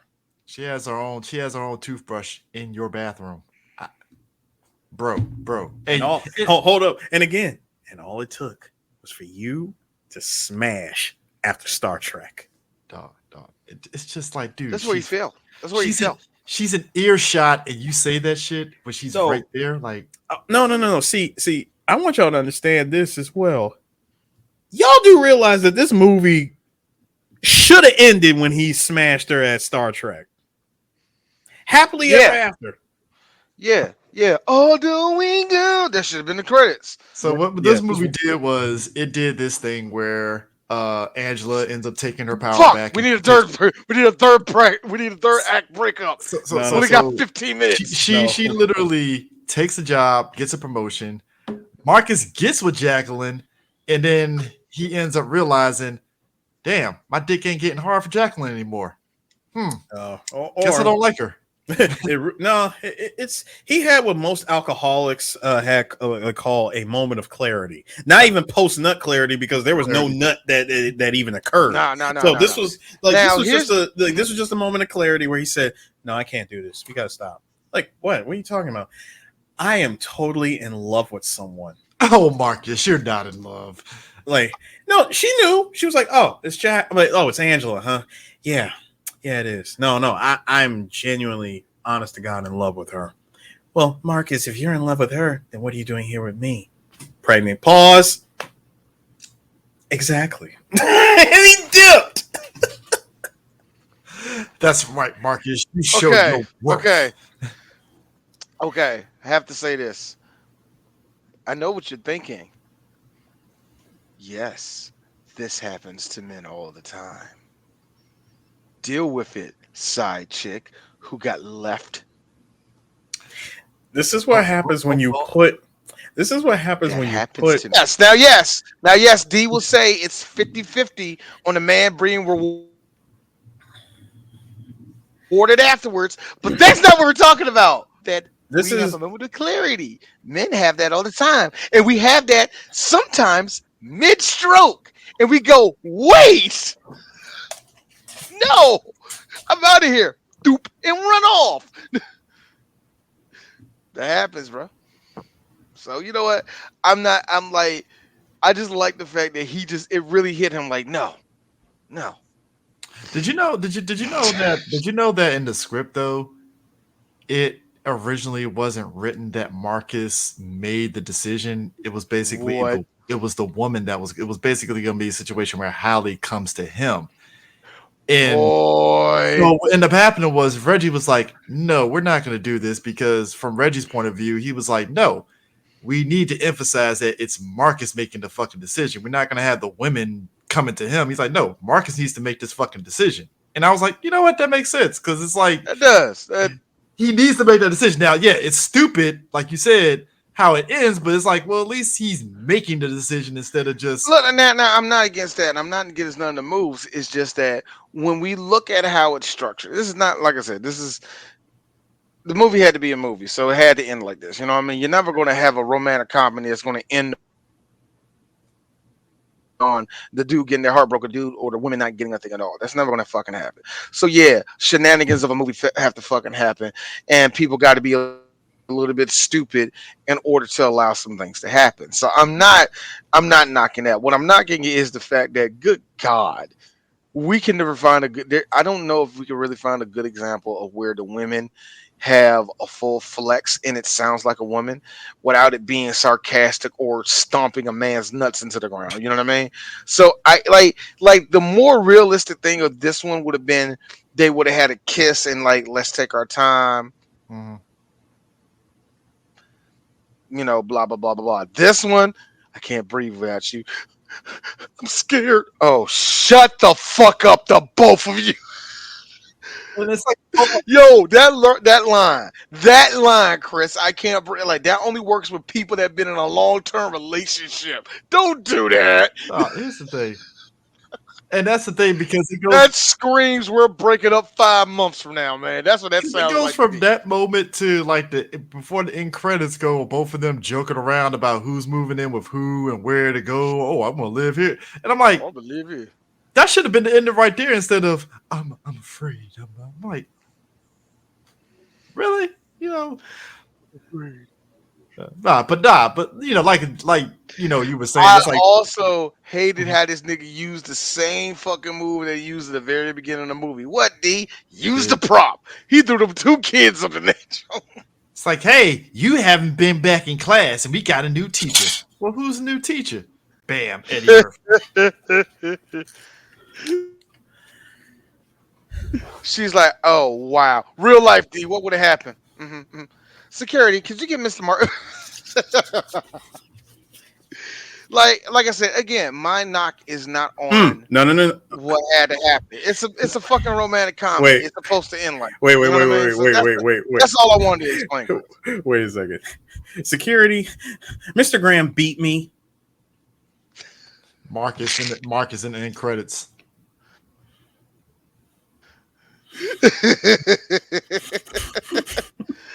Yo, thanks to you, Chris. Thanks to you, Chris. I can't get it out of my mind. I was sitting there half the movie. Wesley Snipes. That's the one who beat us. Shout out Holly Berry. Thank you, Chris. That was on my mind the whole damn movie. Hey. No, but really, you did this to Dwayne, not me. No, but really think about this. Really think about this, gentlemen. I'm gonna say this, like all misogyny put aside. Eddie Murphy was gonna have a happy ending no matter which one he went with. First off. Yeah. First off, you literally said let's Yes, he was. Let's put the misogyny to the side, sir. Really. I did. Did you see, like, hey, I'm sorry, this is a Reggie Hutler movie. The misogyny's been everywhere. Been all over the place. Yes, been all over the place. Women's voice. Look, women get lines, but their voice is only this big. Okay, like come on, the volume for women is like literally at 2. Grace Jones is at a 6. Hey, Robin, right? Robin, it's like this. Hey, Robin, we gave you 20 pages. Shut up. First of all, hey CJ. First of all, Grace Jones is her volume is at a 6 off the strength of her having a song on the soundtrack. I know, right? But speaking of the soundtrack, real quick. Speaking of the soundtrack, shout out to LaFace. This was LaFace in the beginning of I would say that middle part where LaFace was really, really pumping in 91, 92 and all that. And this is also one of the first times Tony Braxton was heard by the world. So I just had to put it out there. Speaking of the soundtrack, Mark is on his sad boy tip after after he sad boy summer. I'm serious. After Drake search and rescue over here and shit. No. Listen. The part that got me was as soon as Angela walked out on him and left, and hell, she quit working with Marcus and Jacqueline and got her own thing. Bro, the moment I heard PM Dawn, is it my turn? I'm like, no, you don't. No. Why are you giving this to Marcus? He does not deserve that song. This movie had a goal. I die before you. Goal. Speaking of which, and I said this to quite a few die people. Without you. Harris, I said this to quite a few people last year about PM Dawn. Stop calling them a blurred group. Stop this. Stop with all these fantasies you people have. We have Wu-Tang. Stop it. This is the sad boy anthem face year in and year out. Bro, first of all, when you want to see rescue this shot. Hey, listen. This shot right here, hey CJ. So I didn't know we was looking at Earth 431 of Don't Be Cruel. Bro. Like, dude, look, the fact that he's just alone with all them TVs in the clouds, I'm like, bro, is it really that serious, dog? Sir, what visualization do you guys set? This is 1992. How do you even get that? Like, how do you have that as a something that you play? Okay. It's called being in the media room, and all these Panasonics were a deal. Okay, I get that. Panasonics. I'm so irked at No, wait, hold on. 92. Nigga, Zeniths. Come on, man. I'm still irked that Yes. I'm still irked that BET. Sony, easy. Them motherfuckers expensive. I'm still irked that BET was like, hey, let's make a sequel to Boomerang, but make it a TV show. They did do Them that. niggas can go to hell. I know. They They did do that. like I don't understand them. I don't understand that shit. Now, hang on. Because this was the 90s, I will say, if they really wanted to do this and they wanted to do this right, they could have sent this to either HBO or Cinemax, and this would have been like an after hours show. Much like Lynx and what's the other one?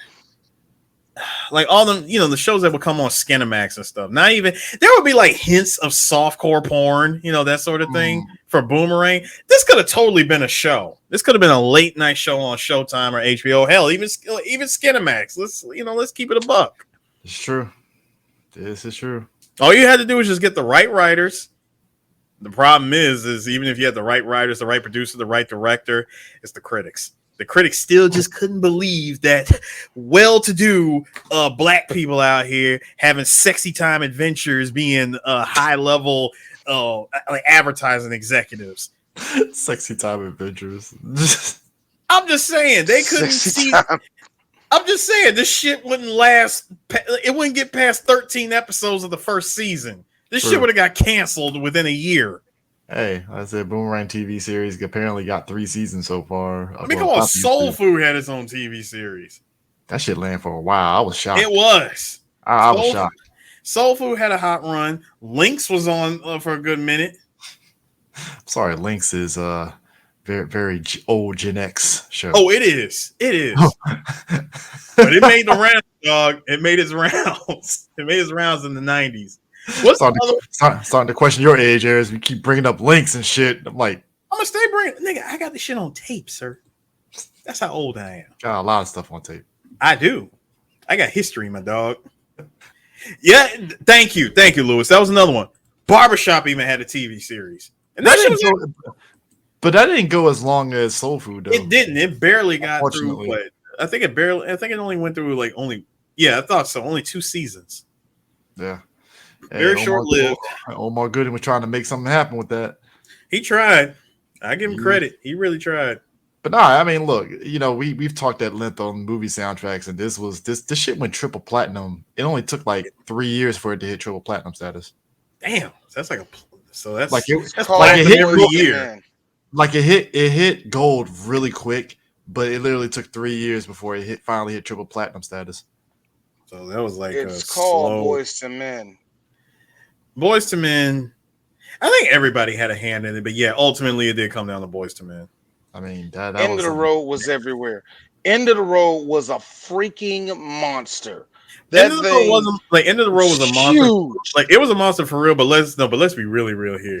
Reversal of the Dog was that New Jack Swing jam. Oh yeah. I mean, look, but still it was that.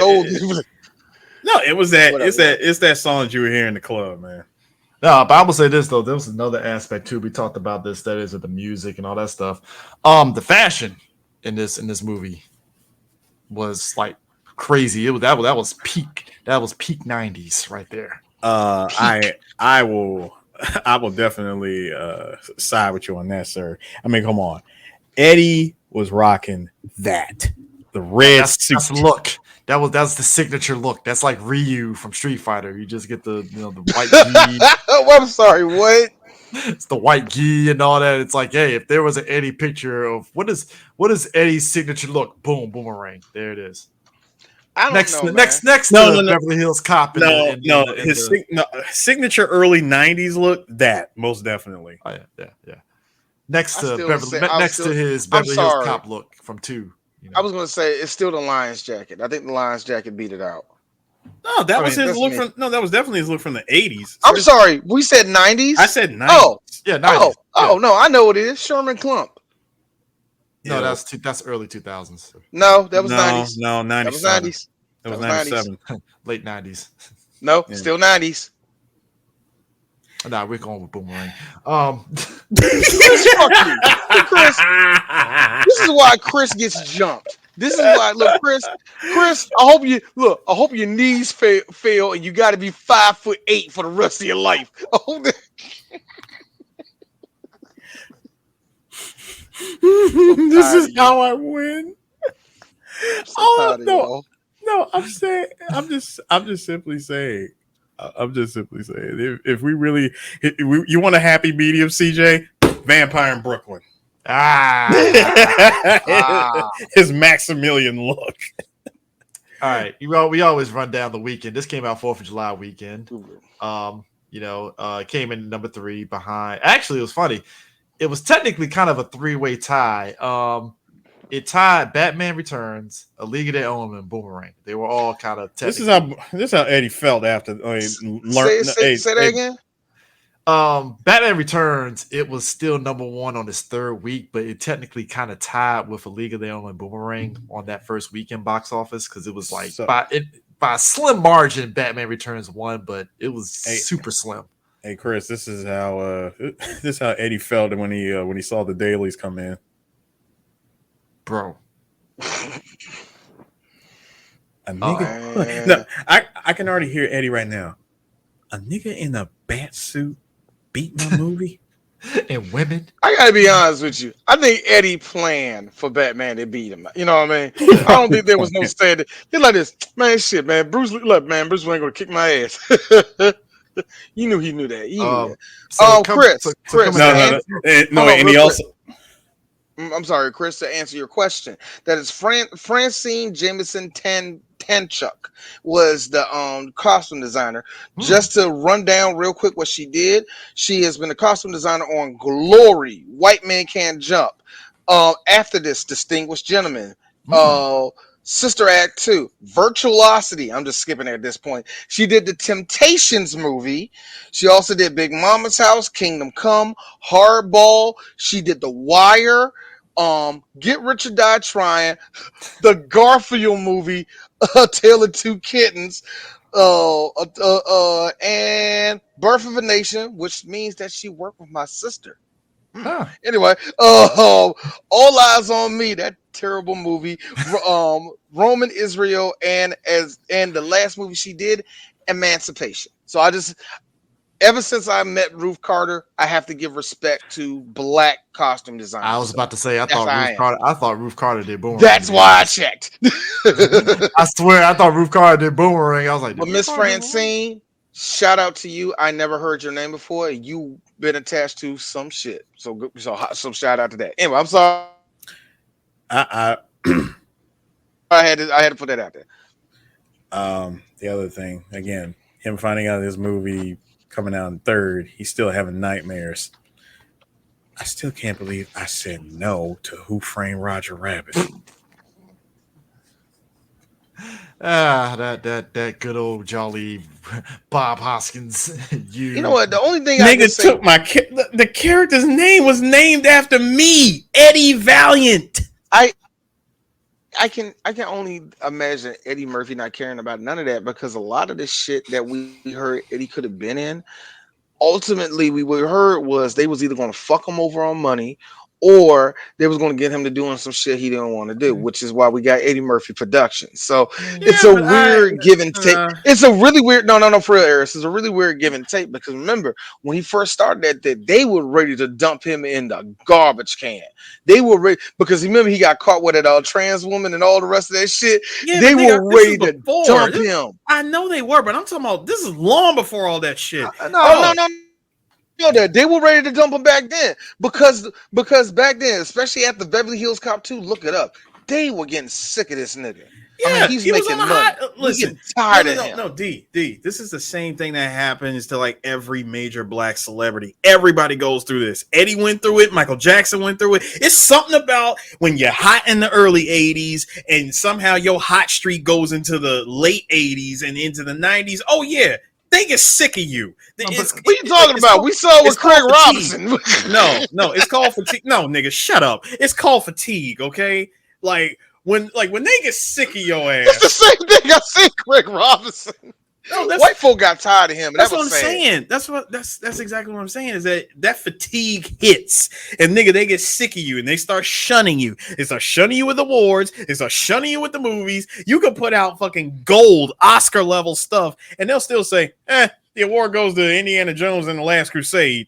And that's why Nutty Professor is one of his biggest movies, because despite everything they try, remember when that movie was coming out, they was ready to dump him in the garbage.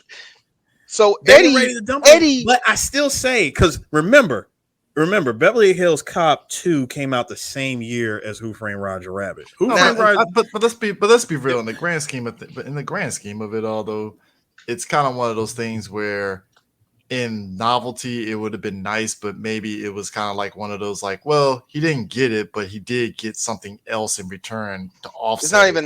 It's not that he didn't get it. Disney specifically wanted. I know, but I'm just saying, just him not doing it. It's not like it was like, oh man, missed opportunity. It'd been nice, but it's just like, oh man, end of the world, crying and shit. It's not like it's like end of the world. Y'all niggas fuck me over. It's like the I don't know. He still brings it up in interviews. That's but it's like the Will Smith and him being Neo in the Matrix. In the grand scheme, Keanu was the better choice.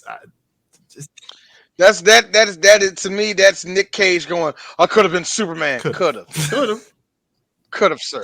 That could've, mullet sir. of justice. So it's the same way. I mean, you know what I mean? you can still. That's You can not still. me. I mean, you can still be an old man Superman in a future DC movie. Somebody out there is gonna do it. Hey, you're welcome. I just like how Disney had like 2 movies. I feel like every time we go to the box office, Disney has like 2 movies that's in like the top 10, because Sister Act and Pinocchio re-release was in the top 10 during the same. I remember that re-release of Pinocchio. That's crazy. That shit was everywhere. Break out the Disney vault and put Pinocchio back in theaters. I mean, it was just out on VHS at the time, and they re-released it again. Clamshell VHS too, right? Which I still have. I still got that clamshell. Man, it's ridiculous. The Weapon 3 too. But nah. So what we got next on the docket, D?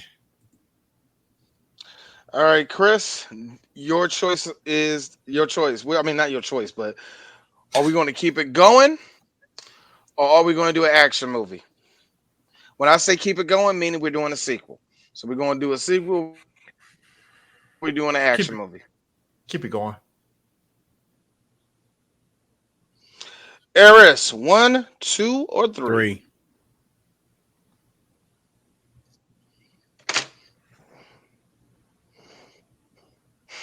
You get the audible the second I say this, okay? Okay.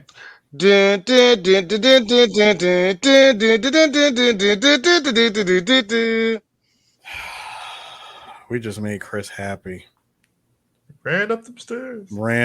Do you really want? Do we have to really? So we're doing 2 Eddie Murphy movies in a row, back to back, like Drake. But here's the thing. This got to go. It does have to go. Because real talk, how many times are we going to keep chucking this in the trash can and pulling it out and just to chuck it back in there again? Boomerang was one thing. Boomerang was always bad time. Why haven't we not done that? This? No. Boomerang was circumstances, okay? Like, it was a victim. Yeah, just bad time. It shit really happens. bad You know, time. it shit happens. But yeah, we have you and I have actively went out of our way to avoid doing this, and all it did is just piss Chris off because he wants to get his "he ran up them stairs" joke off. But I think the ridiculousness of Beverly Hills Cop 3 and the behind the scenes stuff, and also the recent clip that came out from the Beverly Hills Cop TV show that had Brandon T. Jackson in it that popped up online. I'm sorry. I forgot that was a thing. What? Oh yeah, there's a TV show of it. Yeah, there was a TV show that Brandon T. Jackson and Eddie Murphy filmed. The pilot, I think clips of the pilot got leaked on TikTok and on YouTube and stuff. And yeah, well, I'm glad it's in the vault. So, wasn't the same thing with Rush Hour? I watched that first season of the Rush Hour TV show. Not for me. So, Eris, I got a question though. Great value Jackie Chan and great value Chris Tucker did not do it for me. Like it was terrible. It was really terrible. So I see 2 episodes of that thing. You want to talk about vapid, soulless, cash grab type of shit? It was bad. No personality. Anyway, Eris, I do got one question though. John Landis directed this movie. He did. Not one of his best ones. Let me look, and I know what one of you smart asses is saying. You know, I'm looking at the budget, made over 100 million. Stop. Much like Thor: Dark World, I know what you see in the budget and what it made. Stop it though. But you guys, but I think people stop it. And to even clarify that though, I think folks don't understand this. Even if you look at the box office, I just remember when Beverly Hills Cop 3 came out. After opening weekend, it was just the news, especially on Entertainment Tonight, the way they talked about the film, it was just kind of like, eh. So it's like it made money, but it was just like it might have made his money, but even Eddie himself has denounced that movie. Like he hates Beverly Hills Cop 3. He has said it himself that he refuses to let that let the legacy of that movie, of that franchise, die on the 3rd film. He said, I remember he said it didn't matter how long it would take, he would do a 4th. Honestly, as the apology film because he owed the fans. But you know, this little brief thing I just read right here about with John Landis. I understand. When you read the script and you say, ain't that great? Me and Eddie can make it work. The question, I don't blame him. No. I'm saying, no. Seeing that much right there is like this. I think I know where his mind was at. No, D. Sure, he said that. But why? Why would you do that? Why would you do any of that? Why would you do any of that? I just have this feel like, no, D, no. John Landis needs to get blamed as much as he can. I feel like this is a movie. I'm genuinely asking that question, Eris, John. It's actually perfect. It's amazing. Well, you know, Eris, I gotta say, this is entertaining because this is your this is the whale you need to slay. You need to kill this thing, Eddie Murphy. Because if y'all seen our first two Beverly Hills Cop reviews, the first one I thought was better than our second one, but in both of them, you saw the joy on Eris's face, on DJ Sue's face the entire time. It's going to be reverse of that. Oh, this is going to be Sue next week. Yes, it is. I'm mad that I'm mad that the hair is accurate. Oh yes. Oh yeah, it's gonna be that look. It's gonna be that color too, because all that is gonna just fade away. I didn't see this movie in 25 years for a reason. I avoided this movie for all the right reasons. Eris at the end of the 2-hour episode. Lord have mercy. So anyway, ladies and gentlemen, multiple floating cigarettes. Anyway, y'all, we will see y'all next week and all that good shit. Peace out, y'all. And remember, y'all, love should have brought your ass home. Look at this pussy. Look at the pussy.